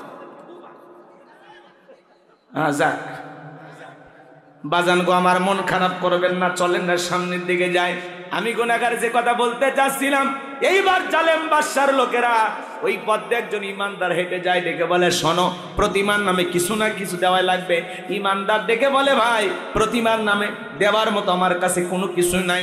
এইবার ডেকে বলে শোনো, কিছু না কিছু দিতেই হবে, আর না হলে ওই যে প্রতিমার নাকে ঢোকা একটা মাছি পড়ে আছে, সেখান থেকে একটা মাছি মেরে নিরাপদে চলে যাও। ইমানদার ডেকে বলে মাছি মারলে কি এমন অপরাধ হবে? আর দেরি করলেন না, একটা প্রতিমার নামে মাছি মেরে লোকটা চলে গেল। কিছুদিন পরে আর একজন ইমানদার হেঁটে যায়, জালেম বাদশার লোকেরা ডেকে বলে প্রতিমার নামে কিছু না কিছু দাও। ইমানদার ডেকে বলে ভাই প্রতিমার নামে কোনো কিছু আমি দেব না, দেয়া আমার পক্ষে ঠিক না, কারণ প্রতিমার নামে কোনো কিছু দেয়া আমার জন্য শিরিক। তখন ডেকে বলে, শোনো, কয়েকদিন আগে তোমার মতো একটা ইমানদার এই পথে হেঁটে গেছে, তাকে একটা সুযোগ দিয়েছিলাম, প্রতিমার নামে একটা মাসি তুমিও মাইরা যাও, ওই একই সুযোগ আমরা তোমাকেও দিলাম। ইমানদার ডেকে বলে, ভাই কোনো কিছু তো দেবই না, প্রতিমার নামে মাসি মারার মতো সামান্য শিরকও আমি ইমানদার করতে পারবো না। চিৎকারে মেরে বলেন আল্লাহু আকবার। জালেম বাদশার লোকেরা ডেকে বলে, শোনো, হয় প্রতিমার নামে একটা মাসি মারবা, না হলে বাদশার নিয়ম অনুযায়ী এক খোপে দেহ থেকে কাল্লাটা ফেলে দিব। ইমানদার ডেকে বলে, ভাই কাল্লা দিতে রাজি, কিন্তু আল্লাহ দিতে রাজি নাই। আল্লাহু আকবার। এবার জালেম বাদশার লোকেরা বারবার বলে, ইমানদারে কি উত্তর দেয়? সর্বশেষ ডেকে বলে, শোনো, হয় প্রতিমার নামে মাসি মারবা, না হলে কিন্তু এক কোপে কাল্লা ফেলে দিব। ইমানদার ডেকে বলে, কাল্লা দিতে রাজি, আল্লাহ দিতে রাজি নাই। এই কথা বলা মাত্রই জালেম বাদশার লোকেরা এক কোপে দেহ থেকে কাল্লাটা ফেলা দিল। আমার নবী ডেকে বলে, যে ব্যক্তি মাসি মেরে নিরাপদে চলে গেল, ও মাসি মেরে নিরাপদে যায় নাই, ও মাসি মেরে নিজেকে জাহান্নামে নিয়ে গেল। আর যে ব্যক্তি মাসি না মেরে কাল্লা দিল, সে রক্তের সাগরে ভাসতে ভাসতে আল্লাহর জান্নাতে পৌঁছে গেল। বলুন সুবহানাল্লাহ। এই জন্য নেতাদের হাইব্রিড স্লোগান দেয়া যাবে না। সমাজে একটা স্লোগান আছে, শোনেন নাই? ধর্ম যার যার, উৎসব সবার। এটা হলো কুফরি স্লোগান, ইমান ধ্বংস করা স্লোগান। এটা মুসলমান এই স্লোগান দিতে পারবে না। মুসলমান বলবে ধর্ম যার, উৎসব তার। বৌদ্ধদের উৎসব বৌদ্ধদের কাছে, খ্রিস্টানদের উৎসব খ্রিস্টানদের কাছে, হিন্দু দাদাদের উৎসব হিন্দু দাদাদের কাছে, মুসলমানের উৎসব সমস্ত জাতির কাছে। আমাদের উৎসবে অমুসলিমেরা আসতে পারে, কোনো বাধা, কিন্তু মুসলমান যেতে পারবেন। কথা কয় না কেন? মুসলমানরা যাবে নিরাপত্তা দেওয়ার জন্য। মুসলমানদের দায়িত্ব, যেই জনপদে মুসলমানরা ক্ষমতায় থাকবে, ওই জনপদে যদি অমুসলিম থাকে, তাদের নিরাপত্তা, মানে তারা ধর্ম পালন করবে স্বাধীনভাবে। লা ইকরাহা ফিদ্দিন। ধর্ম নিয়ে কোনো বাড়াবাড়ি নাই, জবরদস্তি নাই। কথা বলেন ঠিক না? তারা স্বাধীনভাবে ধর্ম পালন করবে। মুসলমানের দায়িত্ব নিরাপত্তা নিশ্চিত করা। মায়ের কোলে শিশু যেমন নিরাপদ, ডিমের ভিতরে কুসুম যতটা নিরাপদ, তার সাথে বেশি নিরাপত্তা নিয়ে অমুসলিম মুসলমানের দেশে বসবাস করবে। কথা বলেন ঠিক না? আর আপনি কি করেন? মুসলমান হওয়ার পরে বউ বাচ্চা 14 গোষ্ঠী সাথে নিয়ে মোটর সাইকেলে তুলে গাড়ি ভাড়া করে গান গানার যান, মেলায় যাই রে, মেলায় যাই রে। কথা কয় না কে?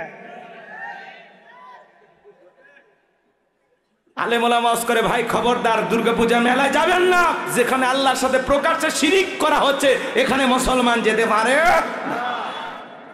তখন বলে, হ্যাঁ আমি না বাড়িতে ছোট বাচ্চা বায়না ধরছে, একদিন না পূজার মেলায় গেছি, গেলে কি আমি হিন্দু হয়ে গেলাম? এই ঠেটারে বুঝাবে কে বলেন? এরকম ঠেটা লোক আছে না?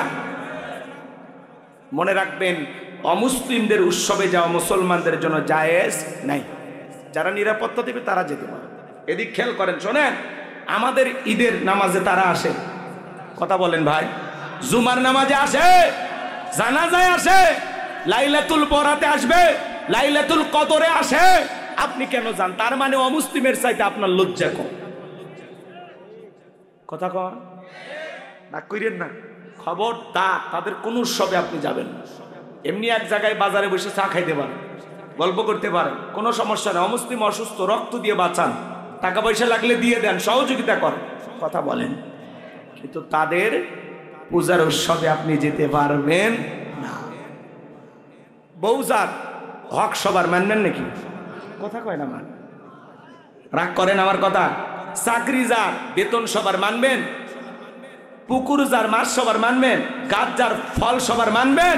মানবেন। গাছ যার ফল তার, চাকরি যার বেতন তার। কথা কর।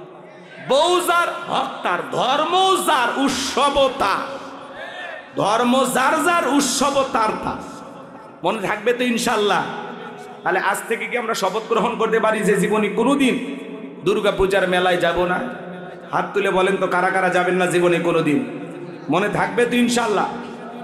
শিরিকের সর্বশেষ একটি কথা বলে আমরা অন্য পয়েন্টে আলোচনা করব। শোনেন, এদিকে আমার দিকে তাকান। এখানে মনে করেন আপনার একটা ভিআইপি গেস্ট আসবে যশোর শহর থেকে। জাহাঙ্গীর স্যার সকাল থেকে রান্না বান্না করছে, রান্না বান্না করে খাবারের প্লেট সাজাইছে। গরু, খাসি, মুরগি, কাতল, রুই, বিভিন্ন মাছ দিয়ে 52 প্রকার আইটেম দেখে খাবারের প্লেট সাজাইছে। চিন্তা করলো ছোট ছেলেটারে খুব ভালোবাসি, আর সামান্য একটু পাতলা পায়খানা প্লেটের এক কোনায় দিচ্ছে। এবার খাবারের পরিচিতি চলতেছে গেস্টের সামনে, ভাই এটা কি গরু, এটা খাসি, এটা পাকিস্তানি মুরগি, এটা ব্রয়লার, এটা দেশি মুরগি, কথা কয় না, এটা বল মাছ, এটা কাতল, এটা রুই, এটা এইটা কি? তখন বলছে ভাই ছেলেটাকে খুব ভালোবাসি তো, সামান্য একটু পাতলা পায়খানা দিচ্ছি, খেয়ে নেন। দুনিয়ার কোনো গেস্ট, কোনো মেহমান এই খাবার কি খাবে? আসলে কথাটাকে হাসানোর জন্য বললাম না বাজান। কেন বললাম শোনেন, আপনার একটা আমল নামার প্লেট আছে, এই প্লেটে নামাজ, রোজা, হজ, যাকাত অনেক কিছু আছে, কিন্তু ওই আমলের প্লেটে যদি সামান্য শিরিক মিশ্রিত থাকে, ওই শিরিক মিশ্রিত থাকার কারণে সমস্ত আমলগুলো বরবাদ হয়ে যাবে। কথা বলেন ঠিক কিনা? শিরিক মিশ্রিত কোনো আমল ইবাদত আল্লাহর দরবারে কবুল হবে। এই জন্য বলা হচ্ছে লা তুশরিক বিল্লাহ, আল্লাহর সাথে কখনো কাউকে শরীক করা যাবে না। ইন্না শিরিকা লা যুলমুন আযীম, এই শিরিক হলো সবচাইতে বড় জুলুম, সবচাইতে বড় পাপ, সব পাপের বড় পাপ, মহাপাপ, নাম হলো শিরিক। শিরিক মুক্ত আমল কারা কারা করতে চান হাত তুলে আল্লাহকে দেখান। আল্লাহ আমাদের সবাইকে শিরিক মুক্ত আমল করার তৌফিক দান করুন। চিল্লায় বলুন আমিন। এইবার আমার আল্লাহ ডেকে বলে, লোকমান তুমি তোমার সন্তানদেরকে আমার সাথে পরিচয় করা দিলে, আমি আল্লাহ বড় খুশি হয়ে গেলাম। এইবার আমার দায়িত্ব তোমার সন্তানদের তোমার সাথে পরিচয় করে দেওয়ার। এই জন্য আল্লাহ তাআলা এই জায়গায় পিতামাতার খেদমতের একটু আলোচনা করলেন। 5টা মিনিট আমি এই কথাটা বলে অন্য পয়েন্টে আবারও কথা বলতে হবে। আয়াত টু আয়াত আলোচনা চলতেছে, খারাপ লাগে নাকি বাজান? যেহেতু লিখেছেন তাফসিরুল কোরআন মাহফিল, মনোযোগ দিয়ে কথাগুলো শুনবেন। 12টা পয়েন্টে আমি কথা বলবো, মন দিয়ে শুনবেন বাজান গো আমার।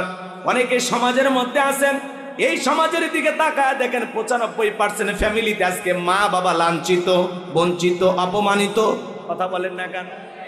ঘরে ঘরে শান্তি নাই, শান্তি নাই। আজকে আফসোস লাগে, এই স্মার্ট জামানা, যুগ জামানা, বিজ্ঞান প্রযুক্তির জামানাতেও আফসোস লাগে বৃদ্ধাশ্রমে মা বাবাকে যারা পাঠায়। কথা বলেন ঠিক কিনা? এই জন্য এই সমাজের ক্যান্সারটা নিয়ে একটু আলোচনা করা দরকার আছে না নাই?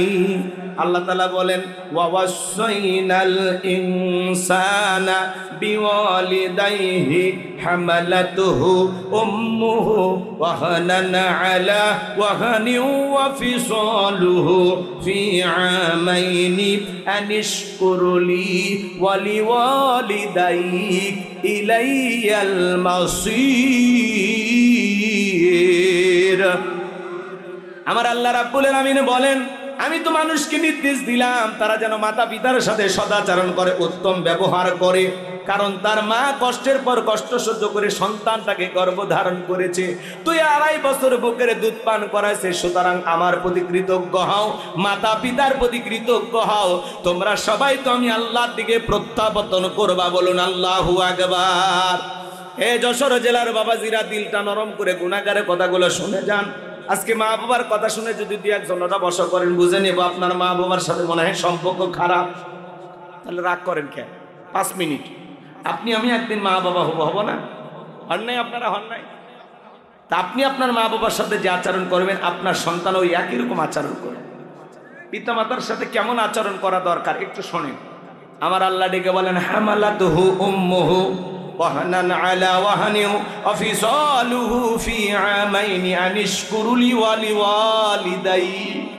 তোমার মা কষ্টের পর কষ্ট সহ্য করে তোমাকে গর্ভধারণ করেছে, 2-2.5 বছর বুকের দুধ পান করেছে। সুতরাং মাতা পিতার প্রতি কৃতজ্ঞ হও, আমি আল্লাহর প্রতি কৃতজ্ঞ হও। একজন মা সন্তানের জন্য কি পরিমাণে কষ্ট করে বাজার। আপনার বিবি যখন গর্ভবতী হয়, তাকায় দেখেন, মায়ের পেটে যখন সন্তান আসে 3-4 মাস মা খাইতে পারে না, মার বমি বমি হয়। 5-6 মাস যখন অতিবাহিত হয়ে যায়, সন্তানটা যখন আস্তে আস্তে পেটের ভিতরে বড় হয়, ডাক্তারি গবেষণায় বলা হয়েছে বাজান, আপনি আমি মায়ের গর্ভেতে যেই জায়গাটাতে ছিলাম, ওই জায়গাটা মাত্র 10 ইঞ্চি। 7 মাস 1 দিন যখন বয়স হয়ে যায়, সন্তানের পা যখন বড় হয়ে যায়, আল্লাহ তাআলা তখন ওই সন্তানের 2টা পা আমার কলিজার সাথে লাগায় দেয়। সন্তান যদি 3 ইঞ্চি 4 ইঞ্চি 5 ইঞ্চি পর্যন্ত লম্বা হয়ে যায়, 5 ইঞ্চি সন্তান পা দিয়ে মার কলিজাটা উঁচু করে ধরে। যে সন্তান সবচাইতে মায়ের গর্ভে কম নাড়াচাড়া করে, ওই সন্তান মায়ের গর্ভে থাকা অবস্থায় 4,500 বার মায়ের পেটে লাথি মারে। হাজী সাহেব আপনিও লাথি মারছেন, আমি হুজুরও লাথি মারছি, জাহাঙ্গীর স্যারও লাথি মারছে, রনি ভাই লাথি মারছে। বাজান একটু মনোযোগ দিয়ে গুণাগারের কথাগুলো শুনে যান। 8-9 মাস যখন হয়ে যায়, মার পেটটা যখন তরমুজের মতো বড় হয়ে যায়, মা ঘুমাইতে পারে না, রাত্রি জাগায় জাগায় কাটায় দেয়। যে মা সন্তান পেটের মধ্যে নিয়ে রাতের বেলায় ঘুমাইতে পারে না, সারা রাত জায়গা নফল নামাজ বলে যে সব হয়, মায়ের আমল নামায় আল্লাহ তাআলা সেই সব লিখে দেয়। আমার ভাইরা দিল দিয়া কথাগুলো বুঝুন, বাজে মনোযোগ দিয়ে কথাগুলো শুনে যান। সন্তান ডেলিভারির সময়টা যখন চলে আসে, দুঃখিনী মা গভীর নিশ্চিতে বাবার 2টা পা জড়ায় কান্না করে। মায়ের চোখের পানি যখন বাবার পাকে স্পর্শ করে, বাবা ঘুম থেকে জাগ্রত হয়ে ডেকে বলে, বিবি এত রাত্রি বেলায় কেন তুমি কান্না করো, কি হয়েছে তোমার? ডেকে বলে, স্বামী কত মহিলা সন্তান জন্ম দিতে গিয়ে মারা যায়, আমি যদি মারা যাই আমারে তুমি মাফ করে দিও। এই নাও সংসারের চাবি বুঝায়া দিলাম, বেঁচে থাকলে আবারও দেখা হবে গো স্বামী। এই কথা বলে মা দাইমার ঘরে চলে যায়। প্রসাবের যাতনায় মা দাঁত মুখ কামড়ায়। প্রসাবের যাতনা কি যে ব্যথা, কি যে কষ্ট, দুনিয়ার মা সারা কেউ বুঝবে না। নবীর এক সাহাবী খানায় কাবা তওয়াফ করে মাকে কাঁধে নিয়ে আল্লাহ রাসূল জিজ্ঞাসা করলেন, সাহাবী তোমার কাঁধে কে? বলে, হুজুর আমার মা। বিশ্ব নবী ডেকে বলে, সাহাবী বড় ভালো কাজ করতেছো, মা বাবার খেদমত করার কিসমত তো আমার হয় নাই, বড় ভালো কাজ করতেছো। সাহাবী ডেকে বলেন, হুজুর আমি যে আমার মাকে কাঁধে করি না খানায় কাবা তওয়াফ করলাম, আমি কি আমার মায়ের হক আদায় করতে পেরেছি? বিশ্ব নবী ডেকে বলেন, সাহাবী আল্লাহ যদি তোমাকে কিয়ামত পর্যন্ত হায়াত দেয়, আর তুমি যদি তোমার মাকে কাঁধে নিয়ে খানায় কাবা তওয়াফ করো, তোমার মা তোমাকে জন্ম দেওয়ার সময় প্রসবের যাতনায় আ শব্দ করেছিল, ওই একটা আ শব্দের হক দুনিয়ার কোন সন্তান কিয়ামত পর্যন্ত আদায় করতে পারবে না। বলুন আল্লাহু আকবার। একটা মা কত কষ্ট করে সন্তানের জন্য, মা যে কতটা ত্যাগ স্বীকার করে। 2টা মিনিট যদি আপনাদেরকে ছোট্ট একটা ঘটনা শোনায় দিয়ে রাগ করবেন না বাজান। পাকিস্তান গালিবান বস্তি এলাকার একটি ঘটনা। স্বামী স্ত্রীর দাম্পত্য জীবনে সুখ ভালোবাসার অভাব ছিল না। তাদের ঘর আলোকিত করে একটা পুত্র সন্তান আল্লাহ দান করলেন। ছেলেটার বয়স যখন 4 বছর হয়ে গেল, ছেলেটার বাবা মারা গেল, সুখ আর কপালে সইল না। মহিলা টেনশনে পড়ে গেলেন, কি করব, অন্য আর একটা স্বামী গ্রহণ করলে সে যদি আমার ছেলেটাকে নিজের সন্তান মনে না করে, আমাকে যদি আদর না করতে দেয়, আমি মাই কষ্ট সহ্য করতে পারবো না। সন্তানের মুখের দিকে তাকায়া মার দ্বিতীয় বিবাহ করলেন না। মানুষের বাড়িতে চাকরের কাজ করে কিছু ভাত পায়, কিছু খাবার পায়, এই খাবারটা দুঃখিনী মা সন্তানের মুখে আগে তুলে খাওয়ায়, তারপরে নিজে খায়। এরপরে এইভাবে দিনকাল চলতে লাগলো। ছেলেটাকে যখন যুবক হয়ে গেল, সুন্দরী একটা মেয়ের সাথে মা বিবাহের ব্যবস্থা করে দিল। কিছুদিন সংসার ভালোই চলতে লাগলো, কিন্তু বেশি দিন সুখ ভালোবাসা আর টিকলো না। বউ শাশুড়ির মতো যুদ্ধ শুরু হয়ে গেল, কথায় কথায় ঝগড়া লাগে। স্বামী এসে বউরেও গালি দেয়, মারেও গালি দেয়। এইবার বিবি রাগ করে শ্বশুর বাড়িতে চলে গেল। ছেলেটা এসে বলে, মা আপা আমার বউ কোথায়? বলে, তোর শ্বশুর বাড়িতে চলে গেছে। শ্বশুর বাড়িতে যায়, বলে কি ব্যাপার বিবি তুমি কেন এসেছ? বলে, শোনো তুমি শুধু তোমার মায়ের পক্ষ নিয়ে কথা বলো, আমার পক্ষ নেও না, এই জন্য আমি আর ওই বাড়িতে যাব না। বলে, আজ থেকে আমি তোমার পক্ষ নেব, তুমি যা বলবে আমি তাই শুনবো। বলে, আমি এর সাথে যদি তোমার মা ঝামেলা করে, এইবার কিন্তু তুমি তোমার মাকে নিজের হাতে পিটাইবা। ছেলেটা ছিল বউ পাগল, বউ যা বলে তাই শোনে। এইবার কিছুদিন পরে আবারও যখন ঝগড়া শুরু হয়ে গেল, ছেলেটা রাগান্বিত হয়ে বলে দুঃখিনী মাকে পিটানো শুরু করলো। মাকে মারতে মারতে একটা আঘাত করলেন, কপাল ফেটে রক্ত ঝরা শুরু হয়ে গেল। দুঃখিনী মা কপালে রক্ত ধরে ডেকে বলে, সন্তান এই রক্ত খাওয়ায় আমি মা তোরে বড় করছিলাম, তোরে জন্ম দেওয়ার সময় এরকমই 1 বালতি রক্ত আমি মা শরীর থেকে ঢেলে ফেলে দিলাম। আজকে বইয়ের কথায় মাকে মারলি রে বাবা, একটা বার জানতে চাইলি না আমির মায়ের কোনো অপরাধ আছে কি না? মাঝে মাঝেই মারে, সুযোগ হয়ে গেছে, চান্স পাইলেই মারে মারে, আর ভয় করে না। বউ রাগান্বিত হয়ে আবার চলে গেল। ছেলেটা বাড়িতে এসে বলে, মা আমার বউ কোথায়? বিশ্বাস কর বাবা, তোর বউয়ের সাথে আজকে আমি ঝগড়া করি নাই, তোর বউ এমনি এমনি তোর শ্বশুর বাড়িতে চলে গেছে। যায় বলে, বিবি আবার কেন আসছো? বলে, শোনো, ওই বাড়িতে হয় তোমার মা থাকবে, না হয় আমি থাকবো। দেখবেন বউয়েরা কিন্তু ঝগড়া লাগলে এরকম বলে, বলে না? হয় ওই বাড়িতে তোমার মা থাকবে, না হলে, আর তুমি যদি তোমার মাকে নিয়ে সংসার করো তো করো, মায়ের আসলের তলে থাকবা, তাহলে বিয়ে করছো। আছে না? প্রত্যেকটা ছেলের বউ যদি শাশুড়িকে নিজের মায়ের মতো ভালোবাসতো, যে না মা দুইটা বকাঝকা দিলে মাইনে নিতাম, তো শাশুড়ি আমার মা। ছেলের বউগুলো যদি কি মনে করে, শাশুড়ি আমার মা।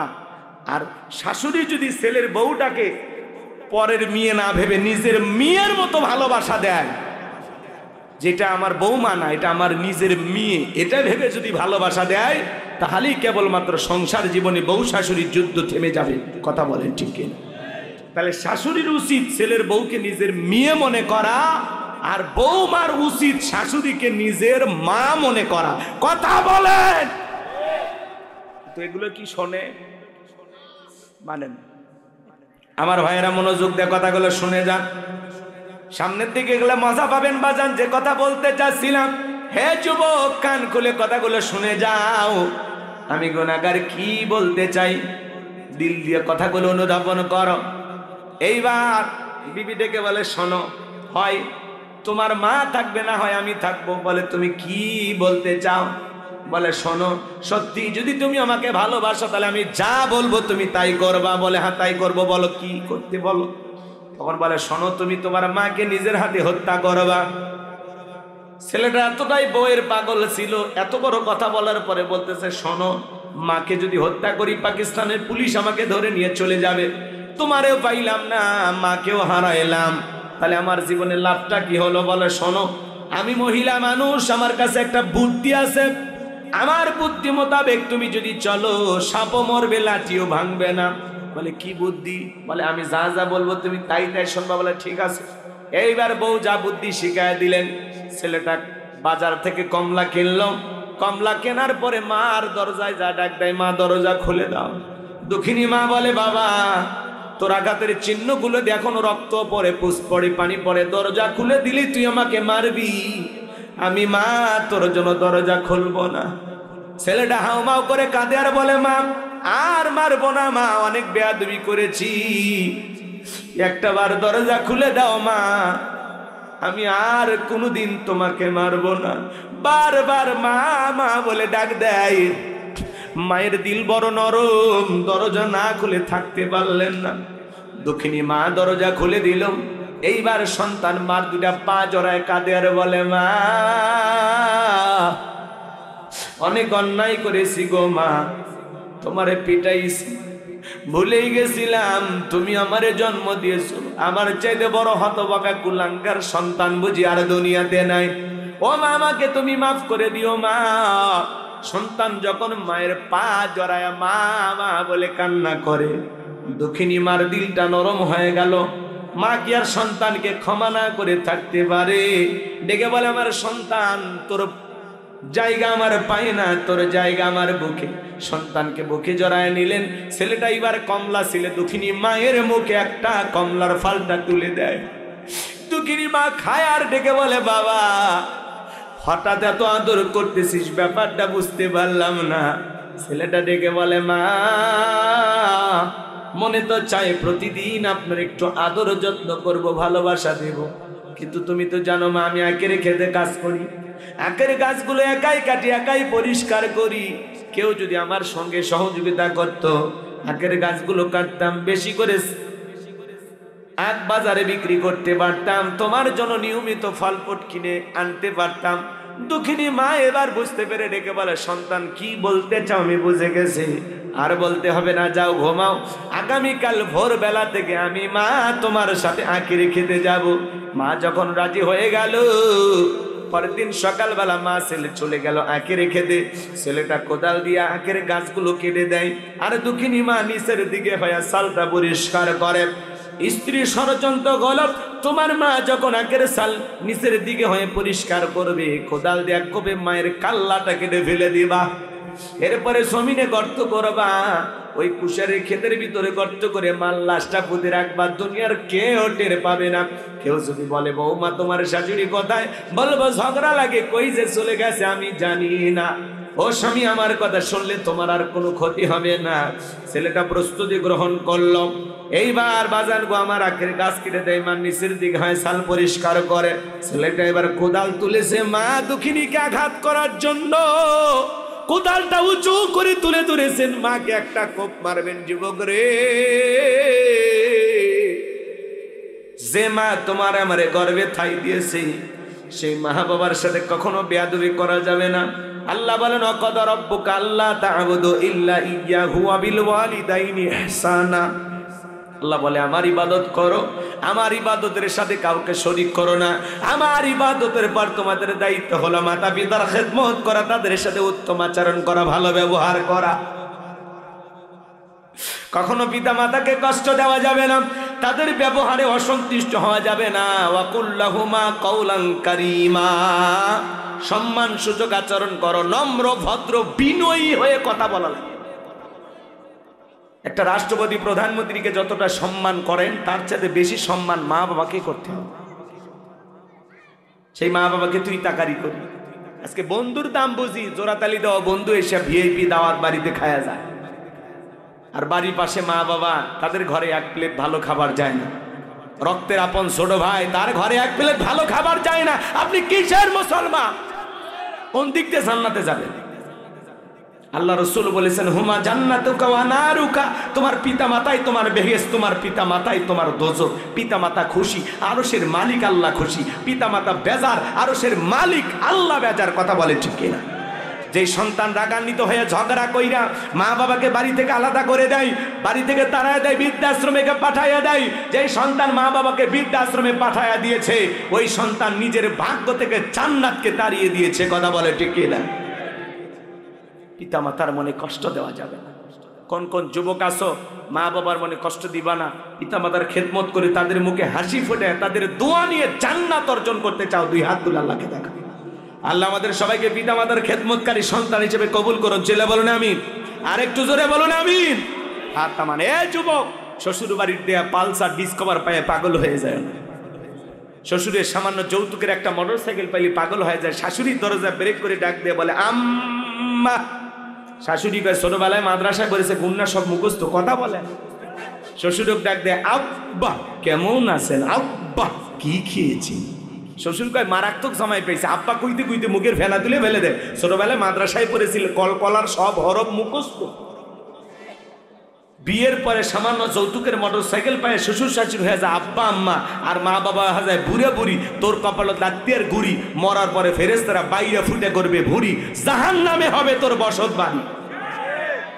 মনে রাখবা, তুমি তোমার মা বাবার সাথে যা করবা হুবহুব তোমার সন্তান তাই করবে। একটা শিক্ষিত লোকের গল্প পড়েছিলাম। বাড়িতে অনেক ভিআইপি খাবার, তেহেনি, নিরেনি, বিরিয়ানি, রোস্ট, কোনো কিছুর অভাব নাই। বাপরে বাপ, সেই ভিআইপি খাওয়া, বড় বড় রান।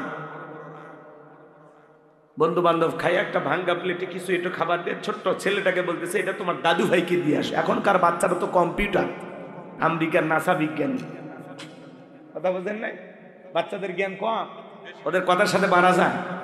হ্যাঁ, ওদেরকে না রাস্তায় বের হন তো, পুরো রাস্তায় ওর কৈফত দিতে দিতে জীবন শেষ। আব্বা এটা কি, আব্বা এটা কি, ওইটা কি, এটা কি।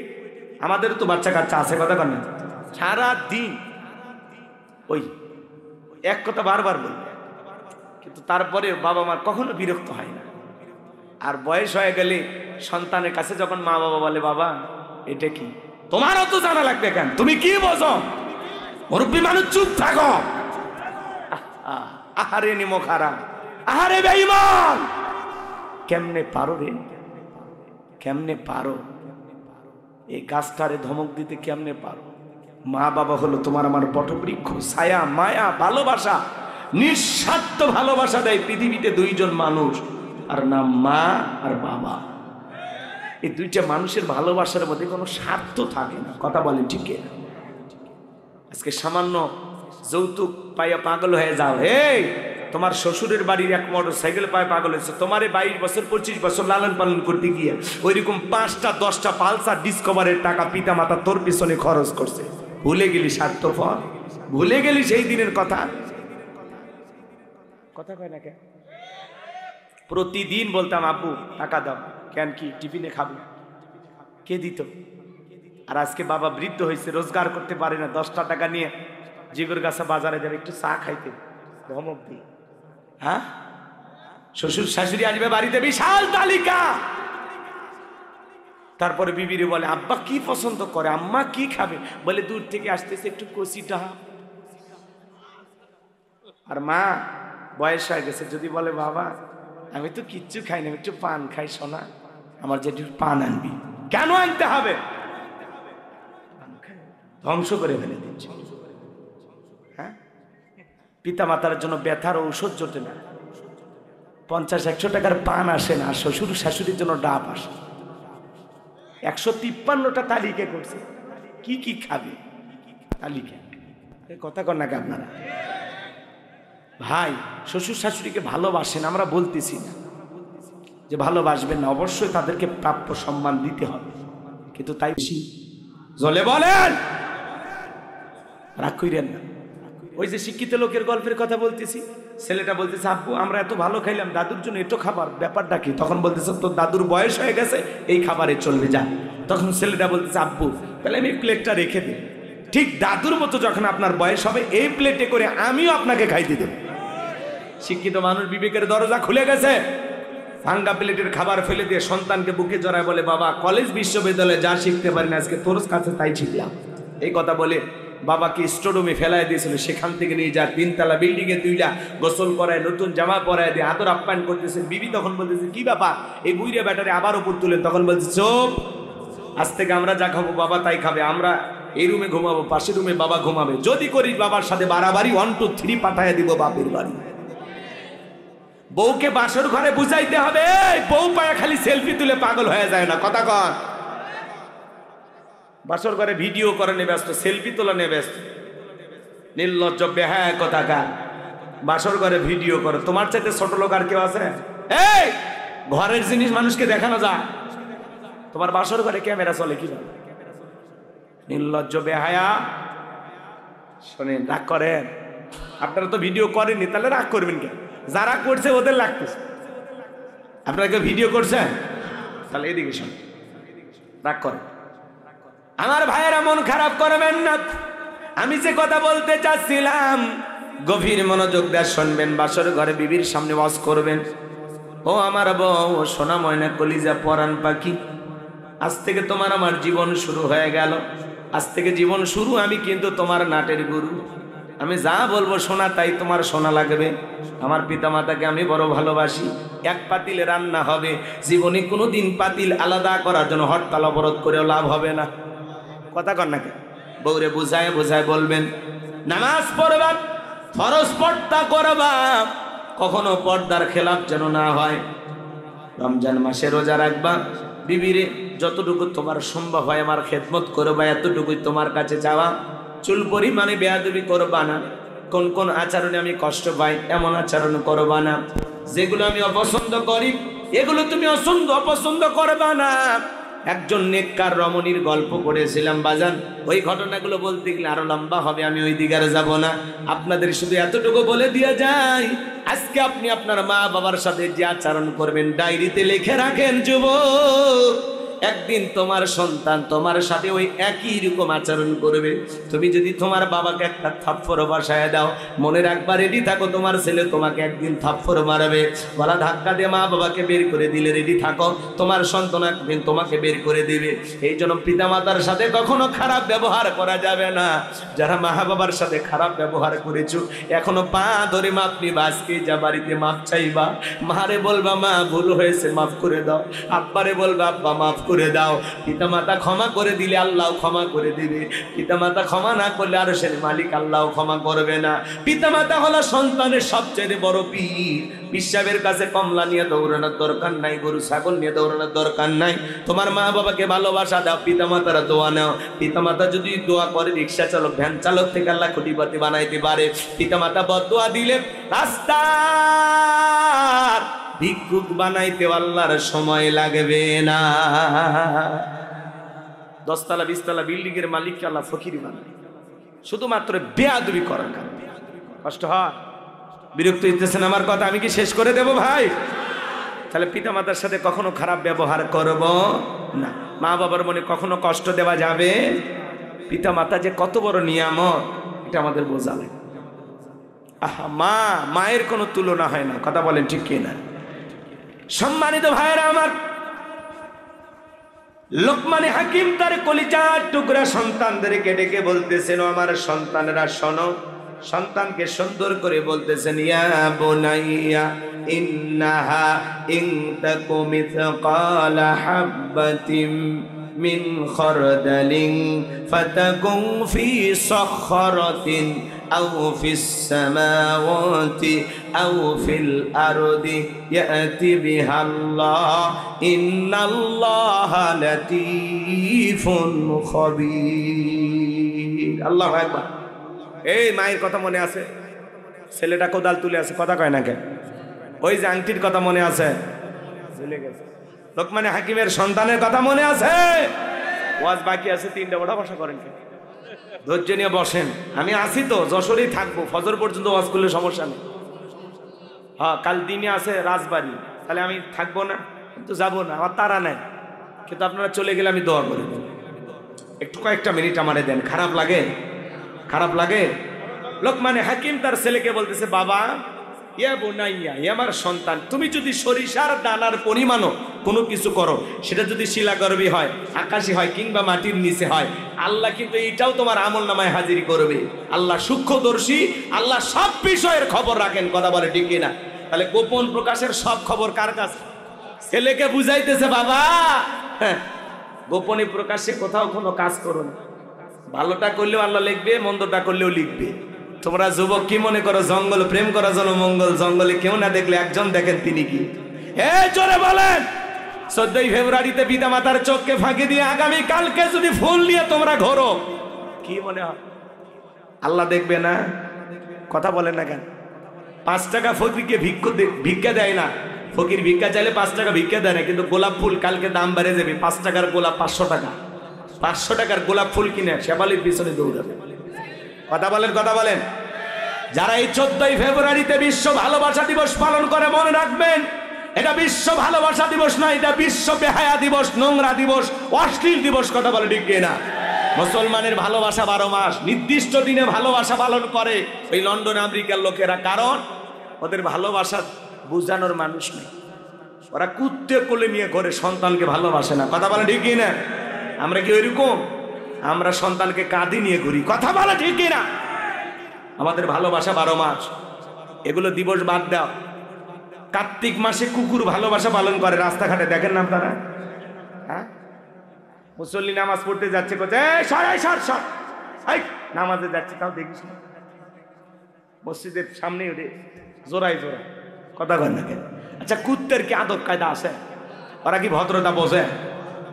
কার্তিক মাসে যেরকম কুকুরের প্রেম বাইরে যায়, এই 14 ফেব্রুয়ারিতে পার্কের চিপাই চিপাই, জোড়ায় জোড়ায়, বাকবাকুম যারা করে, এরা ওই কুকুরের স্বভাব পাইছে। এটা ভালোবাসা দিবস না, ওটা হলো কুত্তে কুত্তি দিবস, ওটা অশ্লীল দিবস, ওটা বিশ্ব বেহায়া দিবস। কথা বলে ঠিক না? এটা মুসলমানের সন্তান পালন করতে পারে। অভিভাবক যারা আছেন, আগামী কালকে আপনার ছেলে যেন বাড়ি থেকে বের না হয়, আপনার যুবতী মেয়েটা যেন ঘর থেকে বের না হয়। কথা বলে ঠিক না? তাছাড়া আপনার ছেলে মেয়ে বাহিরে যা গুনাহ করবে, বিকাশ হইয়া পার্সেন্টেজ আপনার ভাগেও জমা হবে। রেডি থাকেন। সময় বিরক্ত হয়েছে? কিসের ভালোবাসা দিবস? এই কিসের ভালোবাসা দিবস? ভালো হয়ে যায়। 10 টাকার একটা গোলাপ ফুল নিয়ে যায়, আই লাভ ইউ। ওরে বাবা, এই বিয়ের আগে অবৈধ প্রেম ভালোবাসা করা জায়েজ না হারাম? ওয়াল্লাযীনা হুম লিফুরুজিহিম হাফিজুন। নিজের যৌবনটাকে সংযত রাখো, নিজের যৌবনটাকে কন্ট্রোল করো। মুমিনের যৌবন হোটেলে বিক্রি হয় না, পার্কে বিক্রি হয় না। মুমিন কোনোদিন বিয়ের আগে অবৈধ প্রেম ভালোবাসা করতে পারে না। হে যুবক, 14 ফেব্রুয়ারিতে কারে গোলাপ ফুল দিয়েছো, কার উন্না ধরে টান দিয়েছো, প্রত্যেকটা অডিও ভিডিও আল্লাহর কাছে থাকবে। কিয়ামতের ময়দানে জবাব দিতে হবে। কি মনে করো পিতামাতার চোখকে ফাঁকি দিতে পারো, গ্রামের লোকের চোখে ফাঁকি দিতে পারো? প্রশাসনের দৃষ্টি আকর্ষণ করে আমরা বলতে চাই যে আগামীকালকে পার্কগুলোতে আপনারা তল্লাশি চালাবেন, জোড়ায় জোড়ায় ধরবেন আর কাজী ডাইকা বিয়ে পড়া দিবেন। কথা বলেন ঠিক কিনা?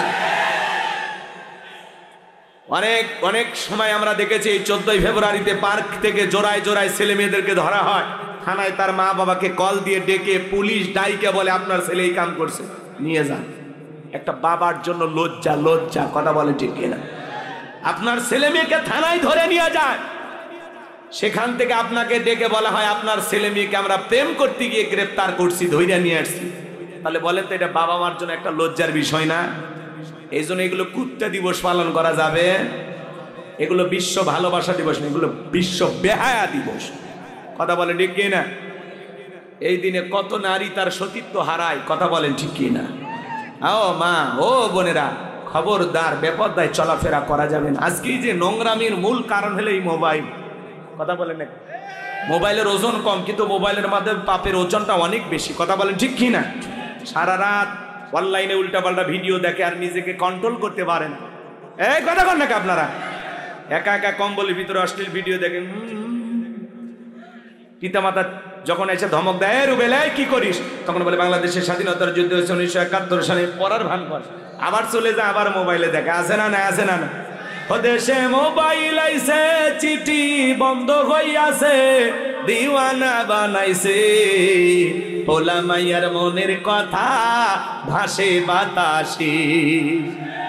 ও দেখো পোলা পানের মন বাদা ফেসবুকে এখন, ও দেখো পোলা পানের মন বাদা ফেসবুকে এখন, মোবাইলে চ্যাটিং কইরা কাটায় সারাক্ষণ।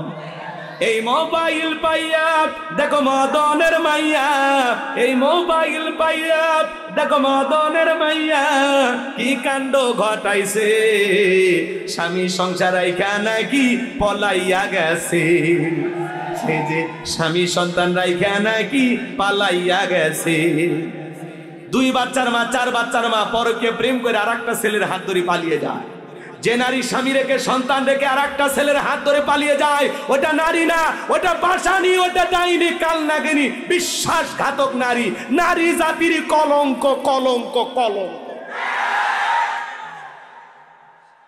দোয়া করব? কি ভয় লাগে নাকি আপনাদের? এতে কি হয়েছে? আপনার সমস্যাটা কি?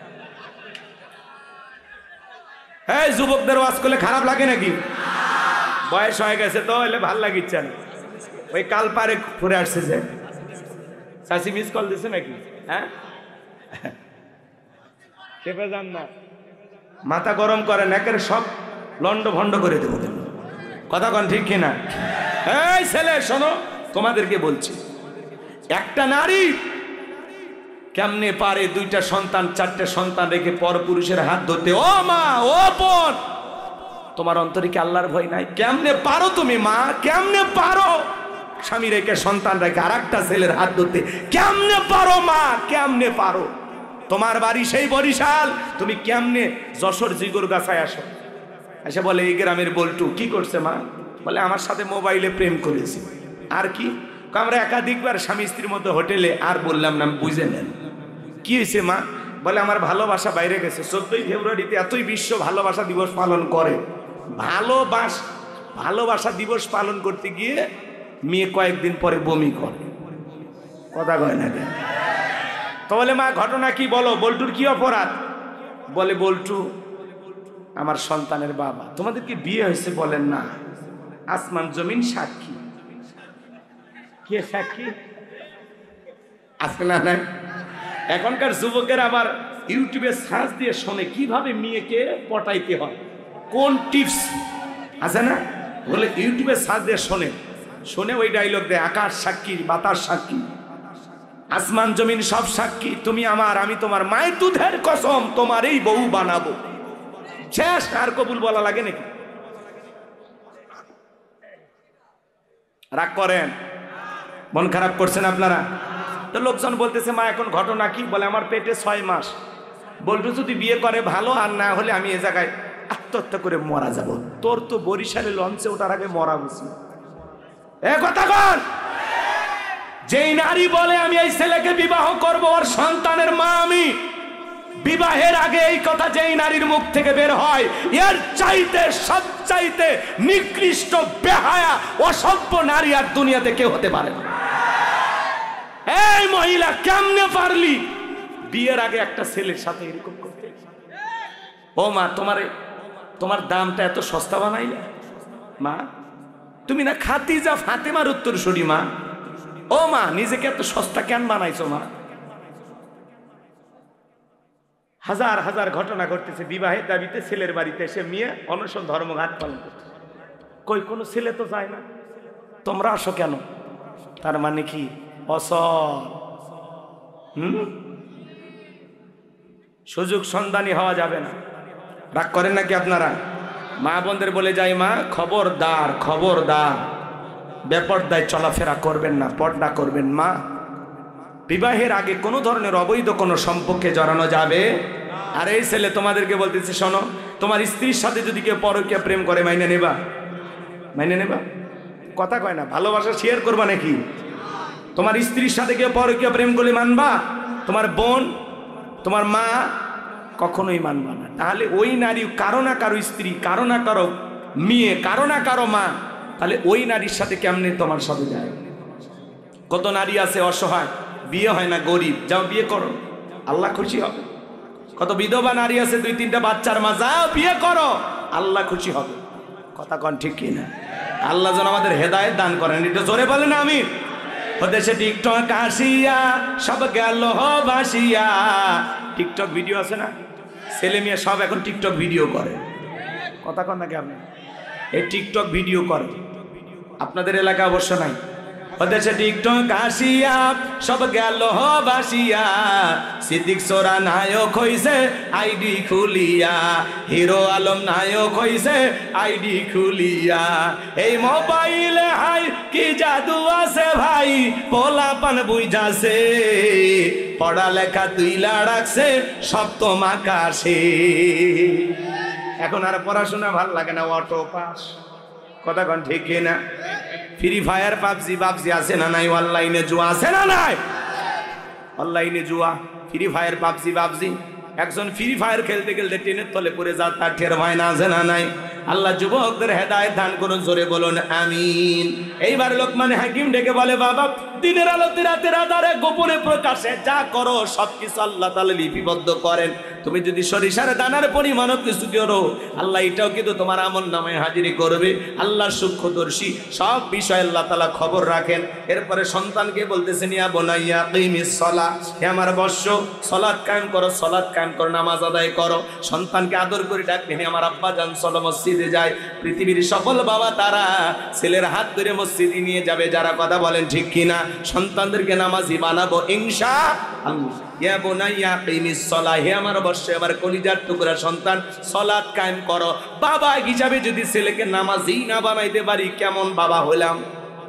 ছেলেদেরকে মসজিদে নিয়ে যাবেন আর মেয়েদেরকে বলবেন, আম্মু ওঠো নামাজ পড়ো। বউকে বলবেন, সূরা তাহরিমের 6 নম্বর আয়াতে আল্লাহ কি বলেছেন? হে ঈমানদারগণ, নিজেরাও জাহান্নামের আগুন থেকে বাঁচো, তোমার আহাল পরিবার পরিজন যারা আছে তাদেরকেও জাহান্নামের আগুন থেকে বাঁচানোর চেষ্টা করো। কথা বলে ঠিক কি না? শুধু একা নামাজ পড়লে হবে না, ছেলে মেয়েদেরকেও নামাজি বানাবো ইনশাআল্লাহ। শুধু মসজিদটা সুন্দর করলে হবে না, এ মসজিদে যারা সালাত আদায় করবে তাদের ঈমান আমলটাও সুন্দর হওয়া দরকার, আছে না নাই? এরপরে সন্তানকে বলতেছেন, ও আমরু বিল মারুফ, সৎ কাজের আদেশ দিবা, ভালো কাজ করবা।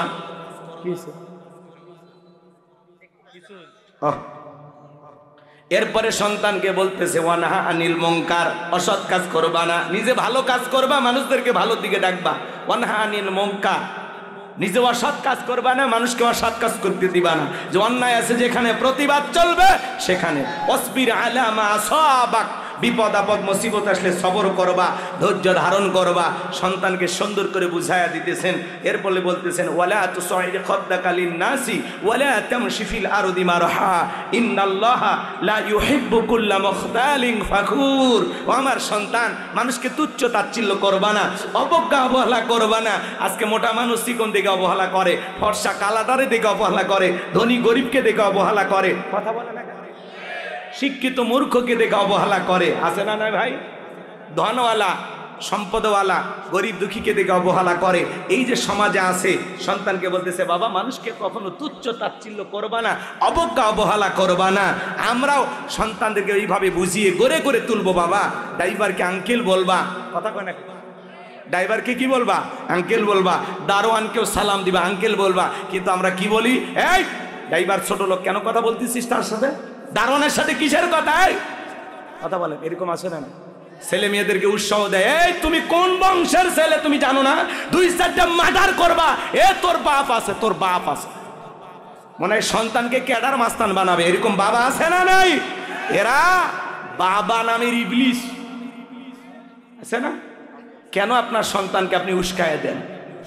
সন্তানকে বিনয়ী বানাবেন, নম্র বানাবেন, ভদ্র বানাবেন, মানুষের সাথে যেন উত্তম আচরণ করে, জোরে যেন কথা না বলে, সবাইকে যেন সালাম কালাম দিয়ে চলে। পারবো তো ইনশাল্লাহ। এরপরে বলতেছে ওয়ালা তামশি ফিল আরদি মারহা, এই জমিনে দাম্ভিকতা করবা না, অহংকার করবা না, অহংকারের সহিত জমিনে বিচারণ করবা না। আপনি কি অহংকার করে পা দিয়ে লাথি মেরে জমিন ফাটায় ফেলতে পারবেন? আপনার পায়ের 12টা বেজে দেবে, আল্লাহর জমিনের কোনো কিছু হবে না, কথা বলে ঠিক কিনা? এরপরে বলতেছেন বাবা এই দুনিয়াতে যারা অহংকার করে আল্লাহ তাদেরকে পছন্দ করে না। অহংকারী বান্দাকে আল্লাহ ভালোবাসে না। অনেক কথা বলার ছিল, কেউ তো এলোমেলো ভাবে আলোচনা করতে করতে প্রায় রাত 1টা বেজে গেছে, আমি তো খেয়ালই করিনি। স্যার বারবার বলতেছেন শেষ করতে, কমিটির ভাইয়েরাও বলতেছেন হুজুর শেষ করলে ভালো হয়। আলহামদুলিল্লাহ সব দিকে আলোচনা আমি যতটুকু বলেছি, বক্তা শ্রোতা সবাইকে যেন সূরা লোকমানের এই 12টি উপদেশ, আরো 2টি উপদেশ ছিল ওইদিকে যাওয়ার সুযোগ নেই, যতটুকু বলেছি আল্লাহ যেন বক্তা শ্রোতা সবাইকে আমল করা তৌফিক দান করেন। জোরে বলুন আমিন। এই ভাই এই বসেন বসেন বসেন। কি আপনাদের কোনো দাবি সভা নাই তো? বসেন। কি দাবি? মোনাজাত হবে না? আচ্ছা আচ্ছা বসেন বসেন। আমি যে 3টি কথা বাকি রাখছিলাম এর মধ্যে শোনেন, সব কথাগুলো শেষ করা সম্ভব নয়, বলতে গেলে আরো আধা ঘন্টা ওয়াজ করতে হবে। যতটুকু আলোচনা হয়েছে গ্রামবাসী, কবরস্থান সবার জন্য দোয়া হবে ইনশাল্লাহ। জমিদানকারী যুবক ভাইরা সবার জন্য আমরা দোয়া করো। শোনেন ছেলেটা, এই দেখুন ছেলেটা কি ধরছে, কোদাল ধরছে। শোনেন শোনেন, বেয়াদবির পরিণাম কত ভয়ঙ্কর। শোনেন শোনেন, ছেলেটা যখন কোদাল তুলে ধরছে মাকে মারার জন্য, মা তাকায় দেখে সন্তান আমাকে আঘাত করার জন্য কোদাল তুলে ধরছে। মা তখন চিৎকার মেরে বলতেছে আমাকে বাঁচাও, ও আল্লাহ আমাকে বাঁচাও। এই কথা বলে মা জোরে দৌড়ে চলে গেছে। 2-3 জমিন পার হয়ে গেছে, 2-3টা জমিন পার হয়ে যখন গেছে, কিছুক্ষণ পরে ছেলেটাই বলতেছে মা তুমি আমাকে বাঁচাও, ও মা তুমি আমাকে বাঁচাও। মা তখন পিছন দিকে ফিরায় দেখে সন্তান কেন এই কথা বলে। মায়ের মন দেখেন, কিছুক্ষণ আগে যে ছেলেটা মারে হত্যা করতে চাইলো সেই ছেলের আওয়াজ শুনতে পেয়ে মা দৌড়ে চলে আসলো। এবারে এসে দেখে এই জমিনের ভিতরে তার সন্তানটা চলে যাচ্ছে নিচের দিকে। তখন মা চিৎকার মারলেন, কে কোথায় আছেন? আসেন, আমার ছেলেটাকে জমিন নিয়ে নিল, তোমরা আসো। মানুষজন আস্তে আস্তেই এই সন্তানটা জমিনের ভিতরে চলে গেল। মানুষ তখন এসে বলে কোথায় গেছে? বলে এই নিচে, এই মাটির নিচে আমার সন্তান গেছে। 70 হাত মাটি গর্ত করার পরে ওই ছেলেটার কোনো হদিস খুঁজে পাওয়া যায়নি। এই জন্য মনে রাখবেন, পিতামাতার সাথে বেয়াদবি করলে মা বাবা মাফ করলে করতে পারে, কিন্তু আরশের মালিক আল্লাহ যদি একবার ধরে অবস্থা খুবই খারাপ হবে, কথা বলেন ঠিক না? এই জন্য আমরা কখনো মা বাবার অভিশাপ নেব না, বরদোয়া নেব না, উগ্র আচরণ করব না। আমরা বিনয়ী হব, মা বাবাকে ভালোবাসা দিয়ে বুকে টানবো, আমরা তাদেরকে আগলায় রাখবো। ছোটবেলায় তারা যেরকম আমাদেরকে কোলে কোলে আগলায় রাখতেন, শেষ বয়সে আমরা তাদেরকে ভালোবাসা দিয়া মহাব্বত দিয়ে আগলায় রাখবো। আল্লাহ কবুল করুন, জোরে বলুন আমিন। ওয়া আখিরি দাওয়ানা আলহামদুলিল্লাহি রাব্বিল আলামিন। স্যার দোয়া। আল্লাহুম্মা আমিন। রব্বানা যালামনা আনফুসানা ওয়া ইল্লাম তাগফির লানা ওয়া তারহামনা লানাকুনান্না মিনাল খাসিরিন। আল্লাহ তাআলা আজকের তাফসীরুল কোরআন মাহফিলের শ্রদ্ধাভাজন সভাপতি হযরত মাওলানা শফিকুল ইসলামকে কবুল করো। হাফেজ জাহিদ বিন আবু বকরকে কবুল করো, হযরত মাওলানা মুফতি সাইফুল্লাহ বিন কোরবান সাহেবকে আল্লাহ কবুল করো। হে রব্বুল আলামিন, এই গ্রামবাসী প্রবাসী কবরস্থান জমিদানকারী এবং যুবক ভাইদের জন্য আল্লাহ তাআলা আজকের আয়োজন, আল্লাহ তাআলা তারা অনেক কষ্ট করেছেন, অক্লান্ত পরিশ্রম করেছেন, যারা যেভাবে টাকা পয়সাতে সহযোগিতা করেছেন আল্লাহ সকলের সহযোগিতাগুলো কবুল আর মঞ্জুর করে নেন। আমরা যারা হাত তুলে ধরেছি অনেকের মা নাই, বাবা নাই, এতিম বানায় কবরে চলে গেছে, জনম দুঃখিনী মা বাবার কবরে আর সবটুকু পৌঁছায় দাও, পিতা মাতার কবর জান্নাতের বাগান বানায় দাও। রব্বির হামহুমা কামা রব্বায়ানি সগীরা ওয়া রব্বির হামহুমা কামা রব্বায়ানি সগীরা। পিতা মাতা যাদের বেঁচে আছে হায়াত বাড়ায় দাও, পিতা মাতার খেদমত করে তাদের মুখে হাসি ফোটায় জান্নাত অর্জন করার তৌফিক দিয়া দাও। আত্মীয় স্বজন পাড়া প্রতিবেশী যারা কবরে চলে গেছে মাফ করে দাও। আল্লাহ, এই গ্রামে যত মানুষ কবরে শায়িত, যে কবরস্থানের উদ্যোগে আজকের মাহফিল, আল্লাহ তাআলা সমস্ত কবরবাসীর কবর আযাবগুলো মাফ করে দাও, কবরগুলো জান্নাতের বাগান বানায় দেন। আল্লাহ, এই গ্রামের ওপর খাস রহমত বরকত নাজিল করেন, এলাকাবাসীকে কবুল করে নেন। আল্লাহ তাআলা, তোমার কাছে দোয়া করি আল্লাহ, নফসের ধোকায় পড়ে, দুনিয়ার মহব্বতে পড়ে, দিনের আলোতে রাতের আধারে গোপনে প্রকাশে অনেক গুনাহ করে ফেলেছি গো মালিক। আমাদের সকলের তামাম জিন্দেগির গুনাহগুলো মাফ করে দাও। এমন জায়গায় বসে গুনাহ করেছি দুনিয়ার কেউ জানে না, তুমি জানো। তুমি যদি মাফ না করো আমরা কার কাছে যাব? ফিরাইয়া দিও না মালিক, ফিরাইয়া দিও না। আমাদের সকলের তামাম জিন্দেগির গুনাহগুলো মাফ করে দাও। আল্লাহ, আমার প্রবাসী ভাইরা, এই গ্রামবাসী অনেক সহযোগিতা করেছে, বিশেষ করে যুবক ভাইরা দিন রাত পরিশ্রম করেছে। আল্লাহ, প্রত্যেকটা যুবকের ইমান খালিদ বিন ওলীদের মতো বানায় দাও, আমির হামজার মতো বানায় দাও। আগামী বছর আরো বড় পরিসরে মাহফিলকে কবুল করো।